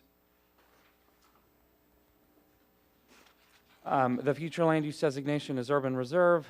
As previously stated, the road, so Pinal Church Road and East Pinal Road are both considered Class 1 paved local roads. Development on the site is proposed to be served by well and septic. And the surrounding land uses consist chiefly of single-family residential uses on property assigned agricultural zoning. Staff finds that the proposed rezoning from agriculture to R1 as conditioned is consistent with the goals, objectives, and policies of the adopted comprehensive plan and will not adversely affect the orderly development of the adjacent and surrounding properties. So this is a bit of a unique case because normally we don't propose conditions on rezonings, but the applicant submitted application exhibits, including a conceptual plan, architectural renderings, and a narrative statement in support of this request, in which the applicant voluntarily proffered restrictions on the lot size, total number of lots, and type of housing to be constructed on the subject property in order to maintain compatibility of the proposed development with the character of the established surrounding residential areas. And the staff recommendation was partly based on the restrictions to be placed on the proposed residential development of the property. So normally, we would simply recommend on the highest or most intense use allowed in the zoning district. In this case, because the applicant voluntarily proffered the conditions and because there is a public purpose to those conditions, so preserving the character of the area, we are recommending the adoption of the zoning amendment subject to 3 conditions. I'll quickly read through the conditions. Number 1, the maximum number of residential lots allowed for the development shall not exceed 15 lots. Compliance with this requirement shall be definitively demonstrated prior to preliminary plat approval. 2, the minimum residential lot size shall not be less than 3/4 acres. Compliance with this requirement shall be definitively demonstrated prior to preliminary plat approval. And this is to maintain the compatibility of the lot sizes with the surrounding area. And 3, all single-family residences constructed within the development shall consist solely of site-built residences. Modular construction is prohibited. Compliance with this requirement shall be definitively demonstrated at the time of building permit submittal. And this concludes my presentation. Thank you. Okay, questions of staff? Commissioner Harvey? Thank you, Mr. Chairman. Gabriel, based on the applicant's voluntary, basically, I don't want to say restrictions, but ideas of what's going to take place on the property, what if it doesn't take place? What happens then? So if it doesn't take place, then the conditions would remain on the property. Any other person coming in would have to develop according to those conditions. Thank you. Thank you. Thank you, Mr. Chairman. Commissioner Rawls? Or they could apply for a PUD. Correct. Okay. So the conditions don't stay on the property necessarily. If someone else buys it, they can. If they rezone later on, which would be the PUD, then Right. yes, They can do what they want. Okay. Yeah, that was my question. Could they change it later on, but they could through the rezoning and do a PUD or something like that? yes, sir. And I assume without modular homes are prohibited, mobile homes are prohibited also, right? Yes, sir. Okay. All right. Any other questions of staff?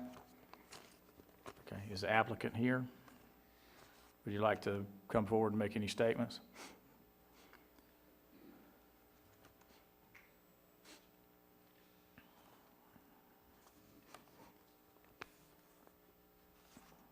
Please state your name and address for the record. Richard Perkinson with BGRP Engineering Group, P.O. Box 648, Crystal River, Florida, 34428. I'm just here representing our client, the owner. I don't really have anything to add to what Gabriel said. I'm just here to answer any questions. Okay. Any questions of the representative for the applicant? Okay. All right, sir. Thank you. Thank you. Okay, we'll open up the public comment portion of the meeting. Are there any individuals wishing to speak for or against this particular rezoning? Okay, seeing none, I'll turn it back to the board. What's the pleasure of the board? Mr. Chairman, I'd like to make a motion that we approve the staff recommendations with the items 1, 2, and 3 as listed on the findings and recommendations on case number R21-018. Okay, we got a proper motion. Do we have a proper second? I'll second. I'll also state that I've had ex parte communication with Billy Gowes, the engineer on this job, but it does not affect the vote. Okay, got a proper motion by Commissioner Harvey and a proper second by Commissioner Rawls. Okay, any further discussion? I just want to state I've had ex parte communication with one of the representatives for the builder as well as several of the people in the neighborhood because I happen to know them. And they will not affect my vote. Okay, and I've had none other than, well, I did, I spoke to one of my former teachers, Mr. Chelsea Merritt, out in the audience. Other than that, I've had none, and it won't affect my vote. Commissioner It's a Harvey? $5 fine. I don't know how to use it, that's the problem. That's a $10 fine. Still, I have no, Step on it. okay, I Commissioner have Harvey? no communication, I'm sorry. Okay, I thought I did this, but I'll open it up for public comment, but I've already done that. You did. You did. Okay, I thought I did that, okay. Yeah. Okay, nobody wants to speak. Okay, we got a proper motion, a proper second. All in favor indicate by saying aye. Aye. Aye, opposed, same sign. Okay, motion passes. Good luck with your project. Okay, we'll move down to item C, case number 21-019, zoning map amendment.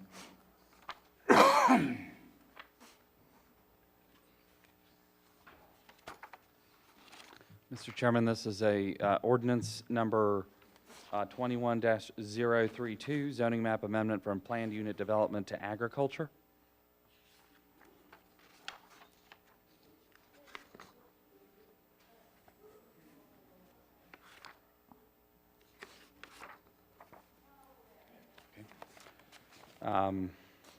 The request is a zoning map amendment for 10 parcels containing 435.37 acres from planned unit development to agriculture. This planned unit development is expired and has been expired for a number of years. The property is located on the north side of Georgetown Shortcut Road. The property is designated agricultural 2 and rural residential on the future land use map. It is currently undeveloped and has approximately 3,775 linear feet of frontage on Georgetown Shortcut Road. The 435.37 acres included in this request form a portion of the expired Live Oak Golf Club Estates planned unit development adopted in 1999. Phase 1 of the PUD was built and is not a portion of this rezoning request, and contains a utility area, golf course, and the Live Oak Golf and Country Club Estates single-family platted subdivision, and all of which will remain under the control of the Live Oak Golf Club Estates PUD. This is an aerial, future land use, current zoning district, the wetlands map contains a significant amount of wetlands, significant amount of 100-year floodplain areas as well. So the Agriculture 2 category on the future land use map consists of areas used for silviculture and rangeland and other agricultural uses, vacant lands and residential parcels of land, some of which exceed the density allowed in this future land use category. It is intended that a large share of this land will remain in active agricultural production in the future. Agricultural uses are permitted, and residential development is permitted at a density of 1 dwelling unit per 20 acres. The rural residential category on the future land use map consists of areas located adjacent to municipalities and areas designated urban service, urban reserve, and rural center. The property is presently zoned PUD. The proposed is agricultural. Use categories allowed in the agricultural district are residential and agricultural uses. Our analysis, the rezoning of this property is considered less intensive than the PUD, which is expired, which would result in fewer average daily roadway trips than what was previously adopted under the PUD, or anticipated, I should say. Georgetown Shortcut Road has an adopted level of service of D and operates acceptably based on 2019 data. Staff finds that the proposed rezoning to agriculture is consistent with the comprehensive plan, consistent with locational requirements for agricultural zoning, and compatible with surrounding uses. I will mention that there are small portions of this land that are zoned rural residential, which ideally would not be rezoned back to agriculture, but our comprehensive plan corrections to the future land use map are addressing that because the line was drawn arbitrarily and we could not find any identifiable, like, say, section line or physical line that was based on. So we are correcting that and changing it back to agriculture in the areas that are being rezoned to agriculture in this request. And staff recommends approval of the request. This concludes my presentation, and I'm happy to answer any questions. Okay, questions for staff? Commissioner Harvey? Thank you, Mr. Chairman. Gabriel, on the PUD, am I assuming correctly that going from PUD to agriculture is going to be less intensive? Yes, sir. That's all the question I need. Thank you, sir. Okay, Commissioner Rawls?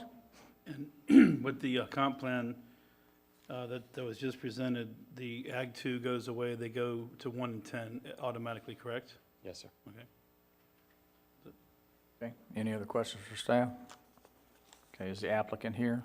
Any representative who would like to make any comments?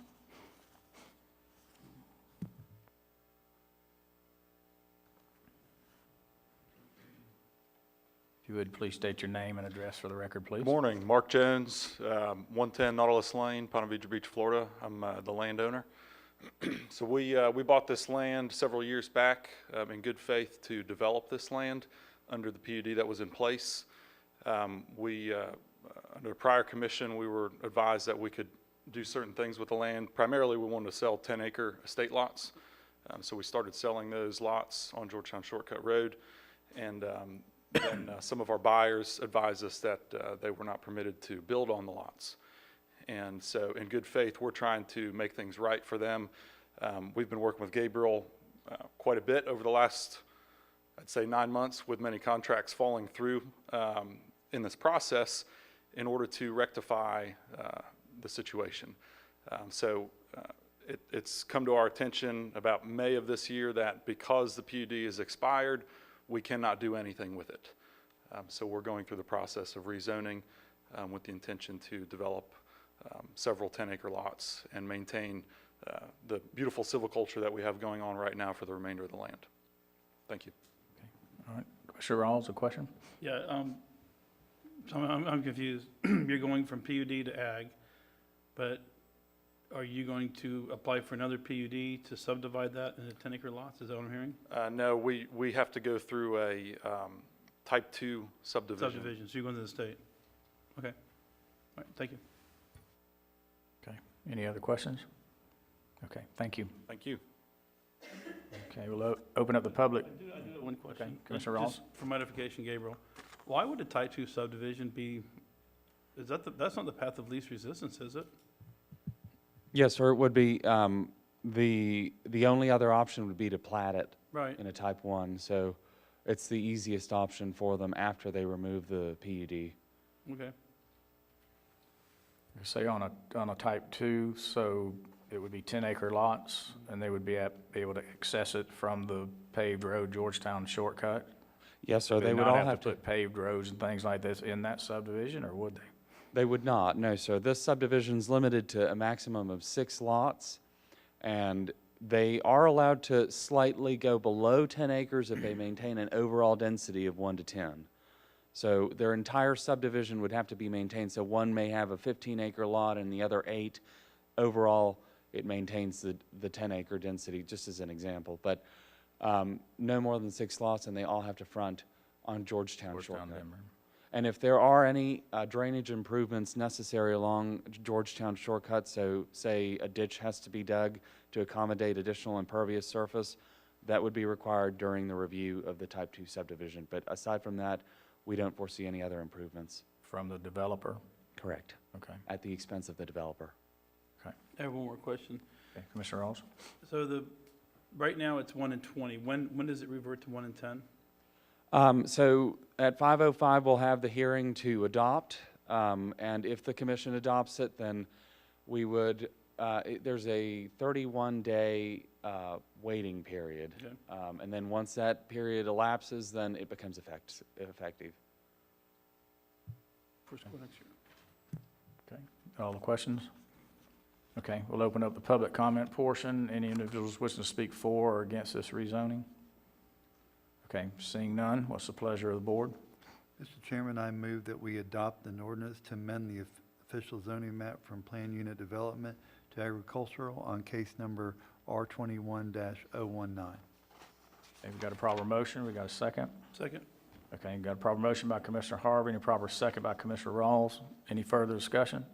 Okay, seeing none, all in favor, indicate by saying aye. Aye. Aye, opposed, same sign. Okay, thank you. Passes, good luck with your project. Thank you. Okay, anybody need a break?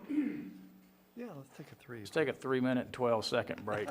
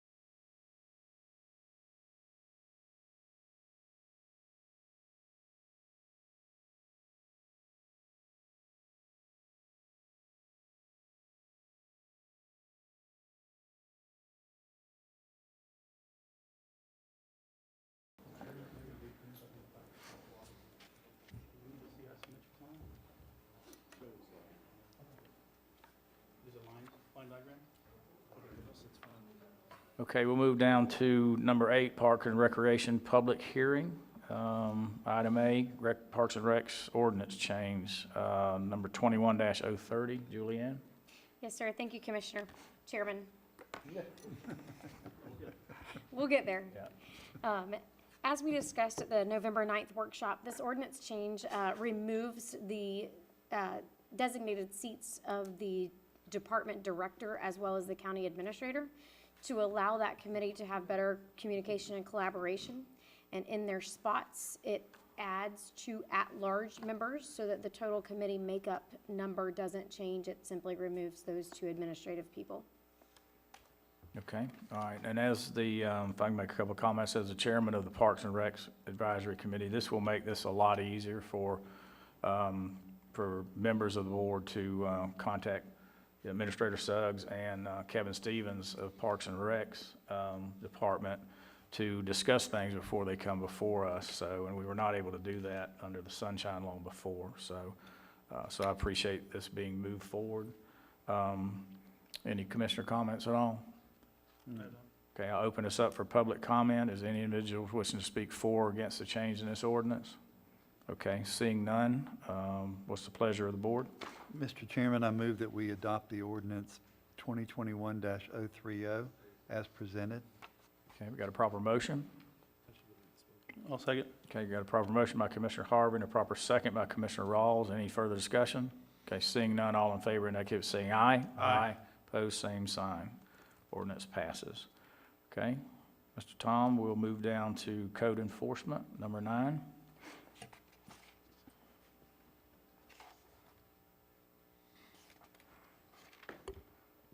Morning, Commissioners. Good morning.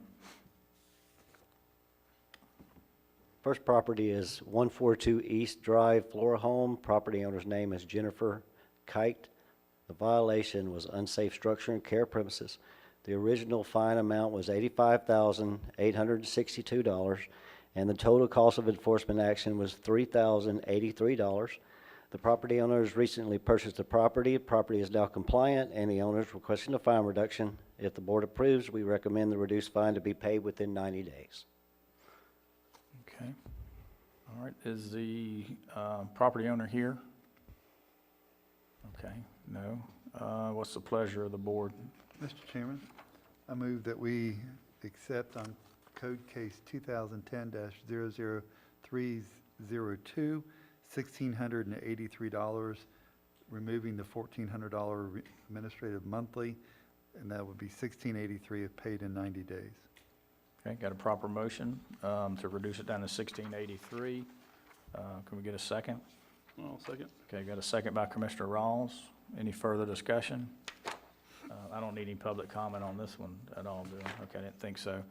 Okay, all in favor indicate saying aye. Aye. Opposed, same sign. Okay. Item B, 216-00543. The address is 351 Hickory Nut Trail. The property owner's name is Thomas Hayes Living Trust. The violation was unsafe structure and care premises.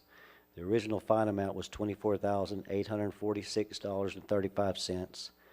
Total cost of enforcement action was $2,235.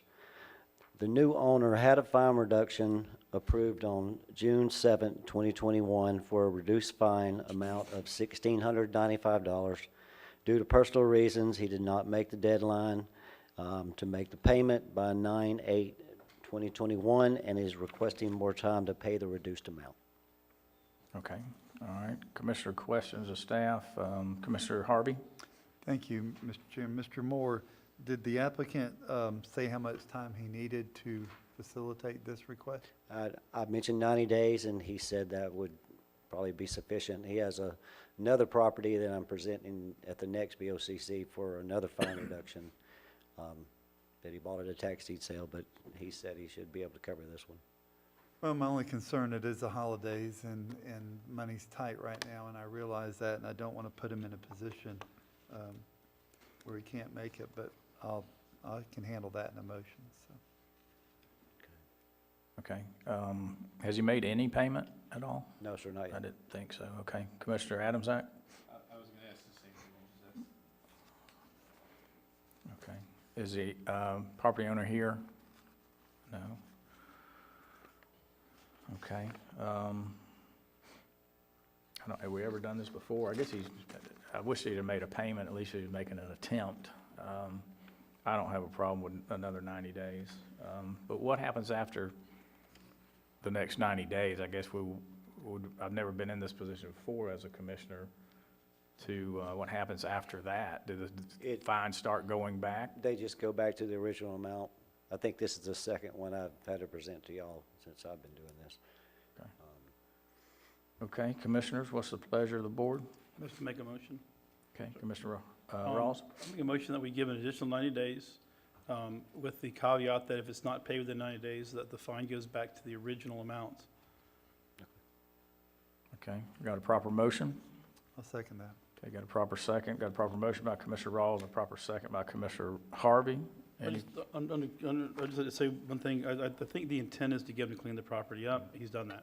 Yes. So this Exactly. is, we don't need to be heavy-handed, obviously, but just encourage him to take care of the rest of it. Okay. Okay, any further discussion? Go. Seeing none, all in favor indicate by saying aye. Aye. Opposed, same sign. All right, thank you. Okay, thank you, Thomas. Okay, we'll move down to item 10, the Honorable Matt Reynolds, Clerk of Court. Good morning, Mr. Chairman. Welcome back to the chairmanship, sir. I'm sure, not sure whether to say congratulations or condolences. Thank We'll just see how this year goes and Exactly. continue knocking on wood, and hopefully you won't have a hurricane or COVID or anything to deal with. So I do have one thing that I would like to bring up to the board today. I was originally going to prepare an agenda item and go ahead and have it formalized on the agenda, but I did speak with the county administrator. He requested that I get consensus of the board first before we develop the budget resolution and put it on the agenda. And it's the same request that the board has already heard from the tax collector and the sheriff's office. The clerk's office had approximately $34,500 worth of items that we had ordered before. We ordered them in June. They still did not come in by the end of September. The vast majority of that cost was 21 computers. We try to replace about a third of the computers in the clerk's office every year so that they're all under warranty and they're all relatively up to date. That was 28,000 of the 35,000. So we're going to have those costs in this fiscal year. So I would request, if it's the consensus of the board, to bring a budget resolution back to the board to have the clerk's office reallocated that $34,522. The clerk's office, there's kind of two parts to it. So if there's consensus of the board and the board is fine with that, I'll work with county administrative staff to develop that budget resolution and bring it back at the next meeting. Okay. Commissioner Harvey? Yeah, thank you, Mr. Clerk. Question, though, for council, we can't do this today without a resolution that's been brought to us? Okay, well, this commissioner's. There's no rush for it. I'm in support of it, so that's all. Okay. Thank you. And then the second part to this is the clerk's office did return approximately $149,000 for last fiscal year. So we're only requesting $34,522 of that. I would like to request that the remainder of that money be added to the approximately $110,000 that's already held in reserve. And I would like to have that money earmarked for facility improvements, capital improvements. There's been a lot of things down, not even necessarily with the courthouse itself. The one building that I've heard the most about, and I've had at least 5 people contact me about the building because they're interested in purchasing it, is the Clark building. And I do know that we have some plans for the Clark building. They were put out to bid. This was obviously before COVID, and the bids came in well over the amount of funding that the county has in the courthouse improvement fund. But the entities that are located down in all of those facilities, Public Defender's Office, State Attorney's Office, guardian ad litem, our office, court administration, we're all very limited on space. For example, right now, I don't have a break room for staff. I don't have a full kitchen area for staff. I don't have a room for jurors I have the old Board of County Commissioner meeting room, but we have to schedule that when it's available. So we're very, very limited on space. So I would like to take the remainder after the $34,522 and just add it to the $110,000 that we already had in reserve and earmark it for security upgrades, building access, office space improvements. We've got some safety upgrades out at our record center that we need to do as well to make sure that staff that operate out there are safe. So I would just like to make that request of the board as well, and if the consensus of the board is that they're okay with that, we can write that into the budget resolution just to have that money set aside for that reserve. I'm not asking for it to be allocated to the clerk's office this year. Any sort of projects that we come up with, I'll of course have to come back to the board and I'll make a request of those funds. But this would just be a preliminary step just to earmark it for those types of projects so that I know that I have some funding so that I can get some of the highest priority things underway, at least planning wise, and then come back to the board with a formal budget resolution request as I have more information on those. Commissioner Harvey? Thank you, Mr. Chairman. So, Mr. Clerk, what you're really looking for is for us to kind of bless a proposal, whether you earmark it or whether we just take it out of general fund reserves for $110,000 worth of expenses that you see need to be done at your facilities, the facilities you use, that the county owns. Is that what I'm hearing? Correct, and it would be more of a, instead of the remainder of those funds basically going into the general fund reserves and being included with all of the reserves, just adding it to the $110,000 that we already have that's set aside from a This is in previous addition to your backcasting $110,000. settlement, right? And then I'll have about $240,000. Obviously, top priority right now is trying to get something, some movement on the Clark building, because that will create a lot of space for all of us. That will, you know, rectify the issues with the space for the state attorney's office, and that'll give us more space in the courthouse to try to do a break room, a room for jurors, that sort of thing. Thank you. Ms. Young, how much money was budgeted to come back? How much did we put in our general fund that budgeted to come back from the clerk that we're using? None? Okay, so this wouldn't be a deficit to us. Okay, thank you. You got my support on that, so I'm fine with that. Thank you. Commissioner Thank Rawls? you, Mr. Chairman. Were you able to give your staff pay raises this year? No, sir. So why would you not use that money for that?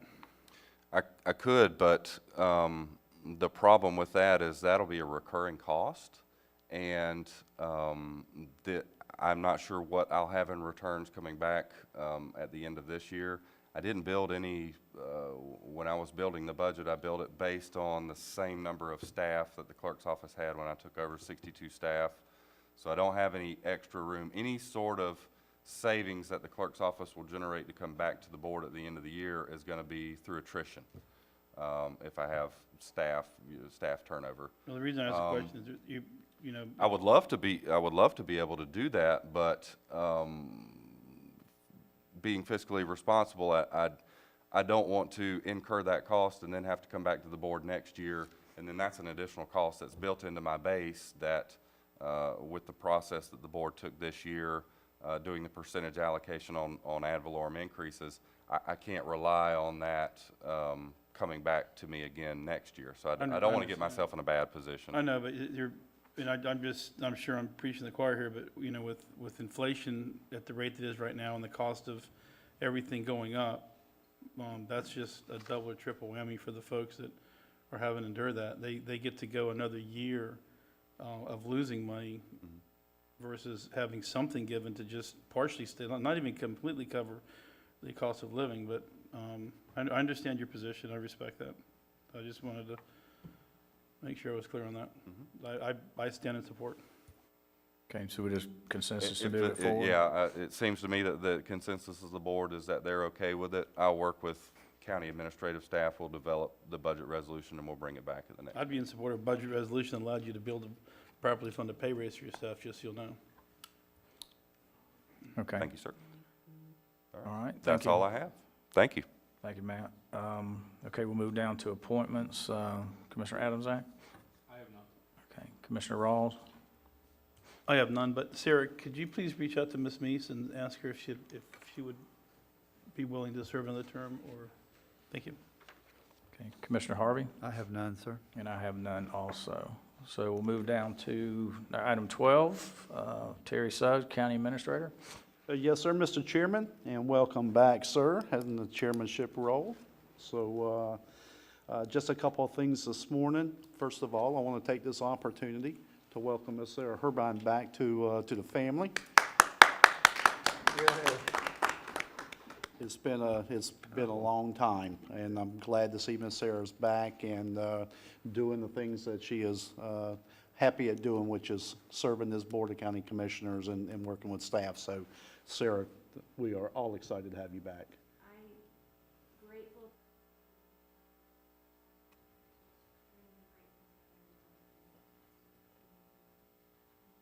Absolutely, and thank you. Second thing, Mr. Chairman, is the commissioners asked for an update on the barge port project. So yesterday, we've met with, as you've all met, Mr. Rick Farron, who has assisted us through the process at this point. We've met with him and another potential individual that's going to help us get through the next phase, which is the feasibility study and the drafting of the plan. So we're looking at possibly coming in on the December 14th meeting. We have a Port Authority meeting that morning, 9 a.m., to let them come in and do a presentation to the 5 elected officials as to where we're at, what we're looking at, and where we plan to be in the next 18 months. So we'll have that scheduled for you for that Tuesday morning. And Mr. Chairman, that concludes my comments. Thank you. Okay, thank you. County Attorney, Mr. Commando?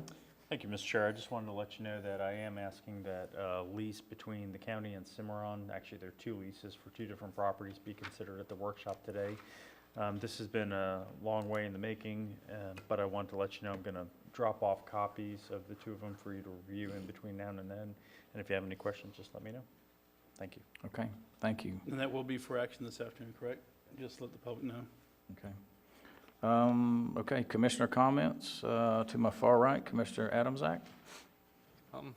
I guess I've been thinking, we did these 2 public meetings, we've had several times now where the same people have kind of come to us and talked about some of the ARPA stuff, and, you know, one of the projects that obviously is a need for the community, and whether or not we decide to go forward with it or not, but I'd like to be more prepared when we start deciding on these things. And I guess the ask is kind of like when we went to buy the property, or when we went to consider buying the property across the street from the port, is there a way we could have a realtor, an independent assessment of that property that I think Epic is looking for us to participate in purchasing? I just don't, you know, they give us a number, I'd like to have it be a real number. And if that doesn't cost us anything, I'd like to see us, if we could ask staff to do that, just to see if that $850,000, $900,000 they propose is actually what the real value of the property is, so that we're ready. What's that? Is that a possibility?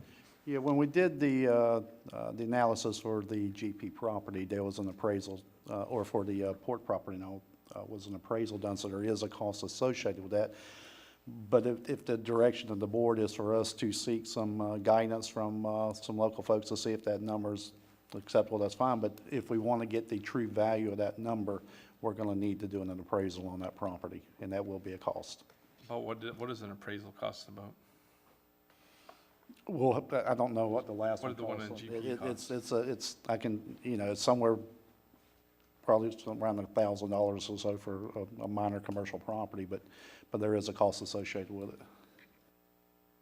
I'd like to see it, because when the conversation comes before us, I'd like to have that information when we make the decision.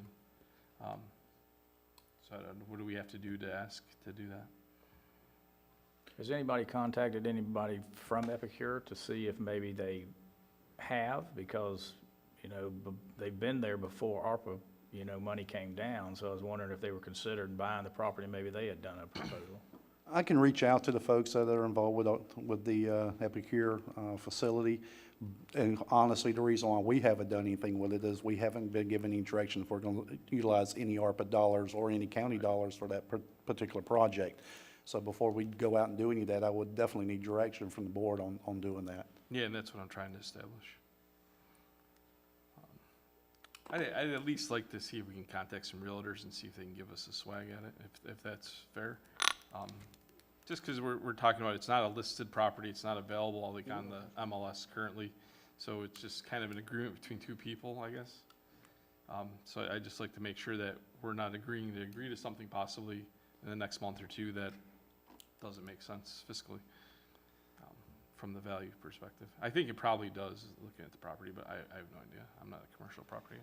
I'll be more than happy to, Mr. Chairman, if I can reach out to some local providers in that arena to see if they can give us some assistance on that. I'd be more than happy to do that. And if we can get it done to where everybody's comfortable, I'll bring that back to the board and let them share that information. Then if we want to move forward, we can at that time, Commissioner. All right, thank you. Okay. Okay, Commissioner Harvey had a question. No, I'm good, thank you. Commissioner Rawls, do you have a comment on it? I think if, it wouldn't take a whole lot for somebody to go through, take a look at recent sales, get a square foot, cost per square foot on commercial property. I don't know if that property is zoned commercial, or industrial. I would imagine it's probably more industrial, but either way, take a look at some comparables and we can figure that ourselves without having to spend any money. It's not and as for a BPO, and somebody will probably give that in a few seconds. Yeah, and I guess to add to that, based on what you're saying, is part of my concern is, may it be more economical whether we did this project or a different project to build a newer building somewhere on 5 acres or something. That building, I've been in it. They're putting a lot into it because it needs a lot put into it. So I'm a little bit fearful of purchasing a white elephant and, you know, paying top dollar for it. I agree with the cause 100%. I just don't, I've had concerns about the location. She eased some of those concerns the last time she was in this room, basically when she said basically that their goal is to get it to be more of a, people come there throughout the week instead of having that line going down. At some point, that long line going down that road isn't going to be, something bad is going to happen. And I don't want that to happen. So I just think we just need to do some due diligence here, and this is the first step that I thought of. Thank you. Okay, all right. Commissioner comments, Commissioner Rawls?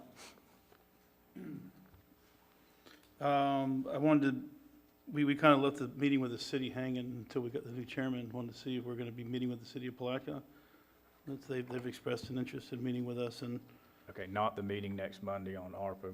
We're talking here, you're talking about a meeting with Palaca? yeah, start having, I think it's important for us to start having regular meetings with the city of Palaca to discuss some strategy. I'll reach out to Mayor Hill and get that set up.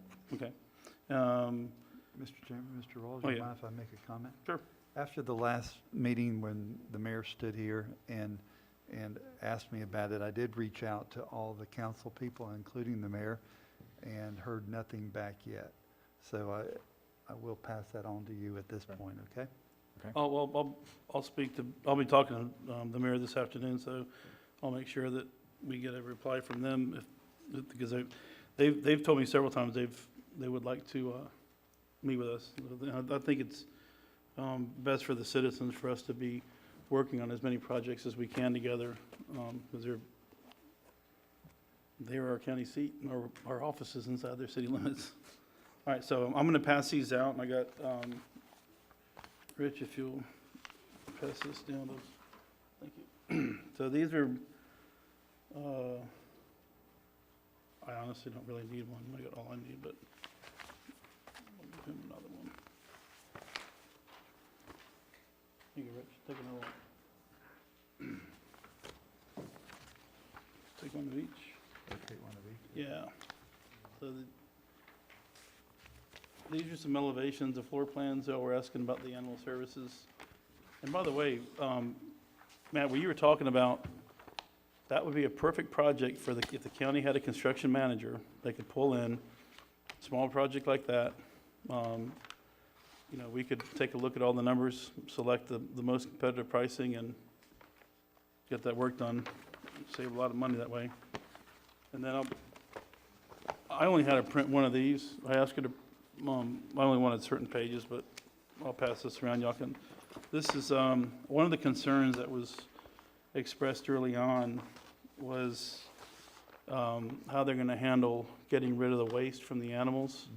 So this is a trench drain that our company is currently utilizing on another project, and we're spending $500,000 in this stuff. We're putting a lot of it in. So I'll be very familiar with it in the next month and a half or so, but they come in 8-foot sections. The bottom portion is some cementitious, with a polyester resin mix. So it's like a fiberglass that's reinforced with concrete. The brown piece is plywood. That stays on through construction. So once the construction's over with, then you can go back and put on the grates. The grates that we're using are fiberglass, but they have cast iron and they have stainless steel if you want to bite that big apple, but I don't know that's necessary. But what's cool is this is in the end of the drain. So what we're proposing to do, when you look at the floor plan for the kennel, the drains would pitch from end to end toward the middle. And then on each end would be one of those spray nozzles. So you hit a valve and it flushes. Right. And then this would be in the middle, which is a strainer to catch dog hair and any kind of, anything that's not broken up, basically. That's, I guess, a big concern too. So you know, the poop will be picked up, not just washed down a drain, but everything else that lays on the ground, whether it's dog fur or urine or whatever, would get flushed. And then that would go out to a grinder pump, which would digest it and send it on down to the, these are just more technical drawings if y'all want to look. It's nothing exciting. So that, the architect is currently working on the life safety review and the ADA compliance requirements. And as soon as he's finished with his portion, we'll hand it off to the engineer. What you got? Okay. Commissioner Adams, I had a couple questions. Yeah, I just kind of want to say something quick. As far as like the conceptual front and any of the extra things, I think whatever's cheapest is what I want, because the location of the building, it's not like we're putting it out at the end in front of Triangle Park or something where everyone's going to drive past it. I think we need to think about if we can save money on that front and make it be just a door even. I'm just saying if we could build 10 more kennels by just having that be simple and cheap. What we need is kennels. What we don't need pretty.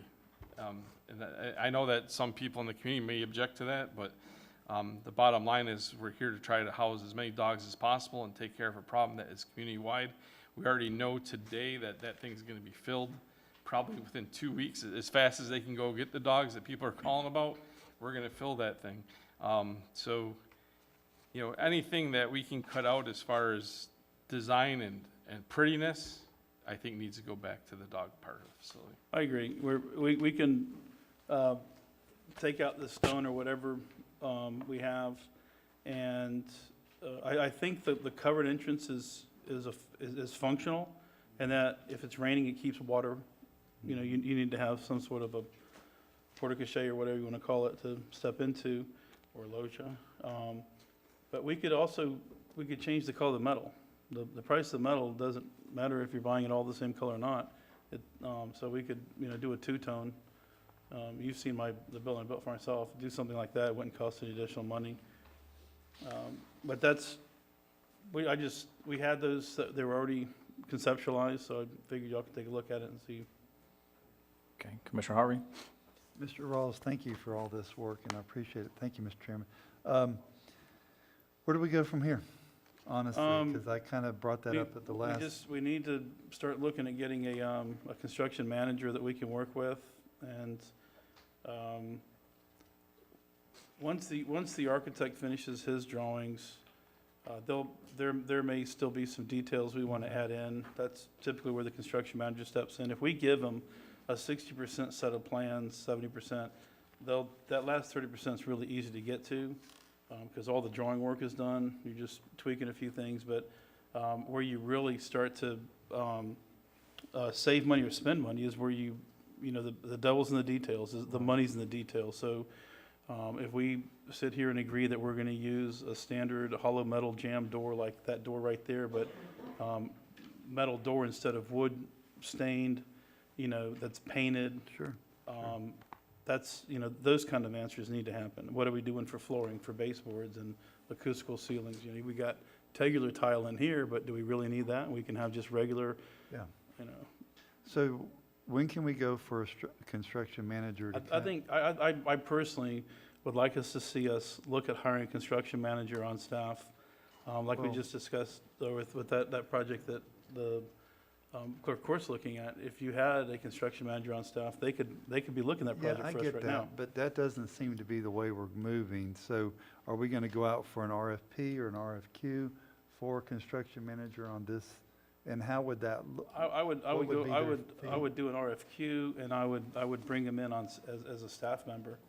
Yeah, I know that, but that doesn't seem to gain, so how do we? I don't know what it does. So what do we can hire a standalone construction manager, can we? Okay, Absolutely. based on an RFQ? Mhm. Okay. Thank you, Mr. Chairman. Okay. Any other comments? Commissioner Rawls? Just want to say, wish everybody happy Thanksgiving, or eating turkey in a couple of days, and this year is just, I don't know, when we're listening to the Meridian make their presentation, you really have to realize that there are a lot of folks that are in need. Commissioner Isaac was talking about Epicure, and you take a look at what the needs are in our community and look at how blessed we really are. So this is the season for giving, and just ask that we remember our neighbors and all the folks that are in need. Otherwise, happy Thanksgiving to everybody. Okay, thank you. Commissioner Harvey? Thank you, Mr. Chairman, and it feels good to say that. I do want to thank again every person I thanked earlier for a great year last year, and again, the staff that Mr. Suggs has put together along with his leadership, and are more than capable of handling this county in a professional manner. And I'm never disappointed whenever I go outside this community and hear about the good things that people feel about you, Mr. Suggs, and Miss Julianne, and the staff that we have.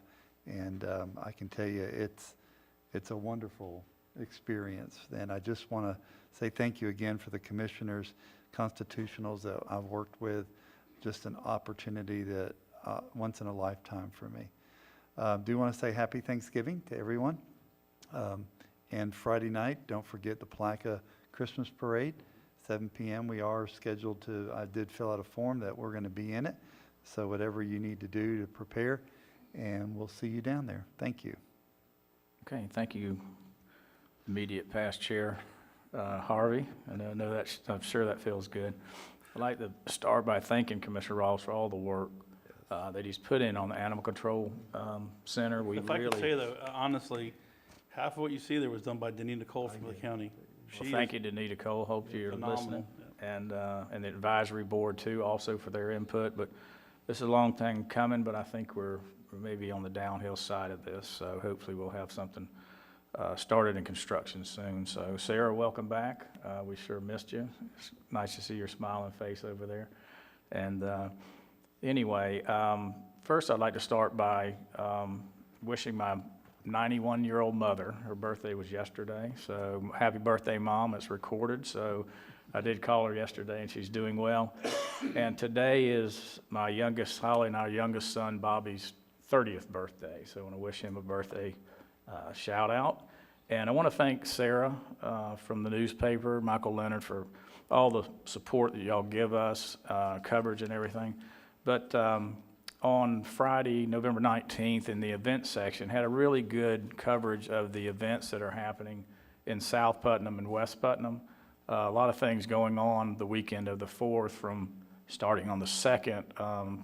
the lighting of the Christmas tree in Eva Lyons Park in Crescent City, and then the 3rd and the 4th, the 10th annual Christmas Jubilee down in Crescent City, Eva Lyons Park, sponsored by the Lions Club. They'll give away toys. There'll be a parade. I believe it's at 12 o'clock on Saturday.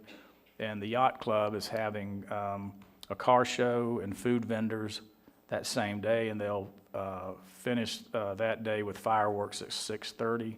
And also, the Presbyterian Church has their annual Christmas Bazaar and Silver Tea yard sale. The 4th, yeah, and that's Saturday. And where is that? In Crescent City, Eva Lyons Park is where the Christmas Bazaar is, and then also on across the street in Miller's old parking lot, it's a car show, and down by Three Bananas, they'll have food vendors, and they'll shoot off the fireworks down at Three Bananas at 6:30. And then also the 25th Annual Parade of Lights in Interlochen. Also. So thank you for that coverage. And the city of Plaquemine has their Christmas parade this Friday. This Friday, right. I also want to just thank Commissioner Harvey for his leadership this year. Each year for a commissioner or for a chairperson, it's a challenge, and he had unique challenges. He didn't have a hurricane, but we still had the ramp over the COVID again and had to deal with that. But I just appreciate everything that you do. And I'm truly honored to be chairperson. I'm sure we'll have our challenges, but I think we're moving in the right direction, and I look forward to the challenge. I want to wish everybody a happy Thanksgiving. We do have a 2 o'clock transportation meeting and then a 5:05 public hearing.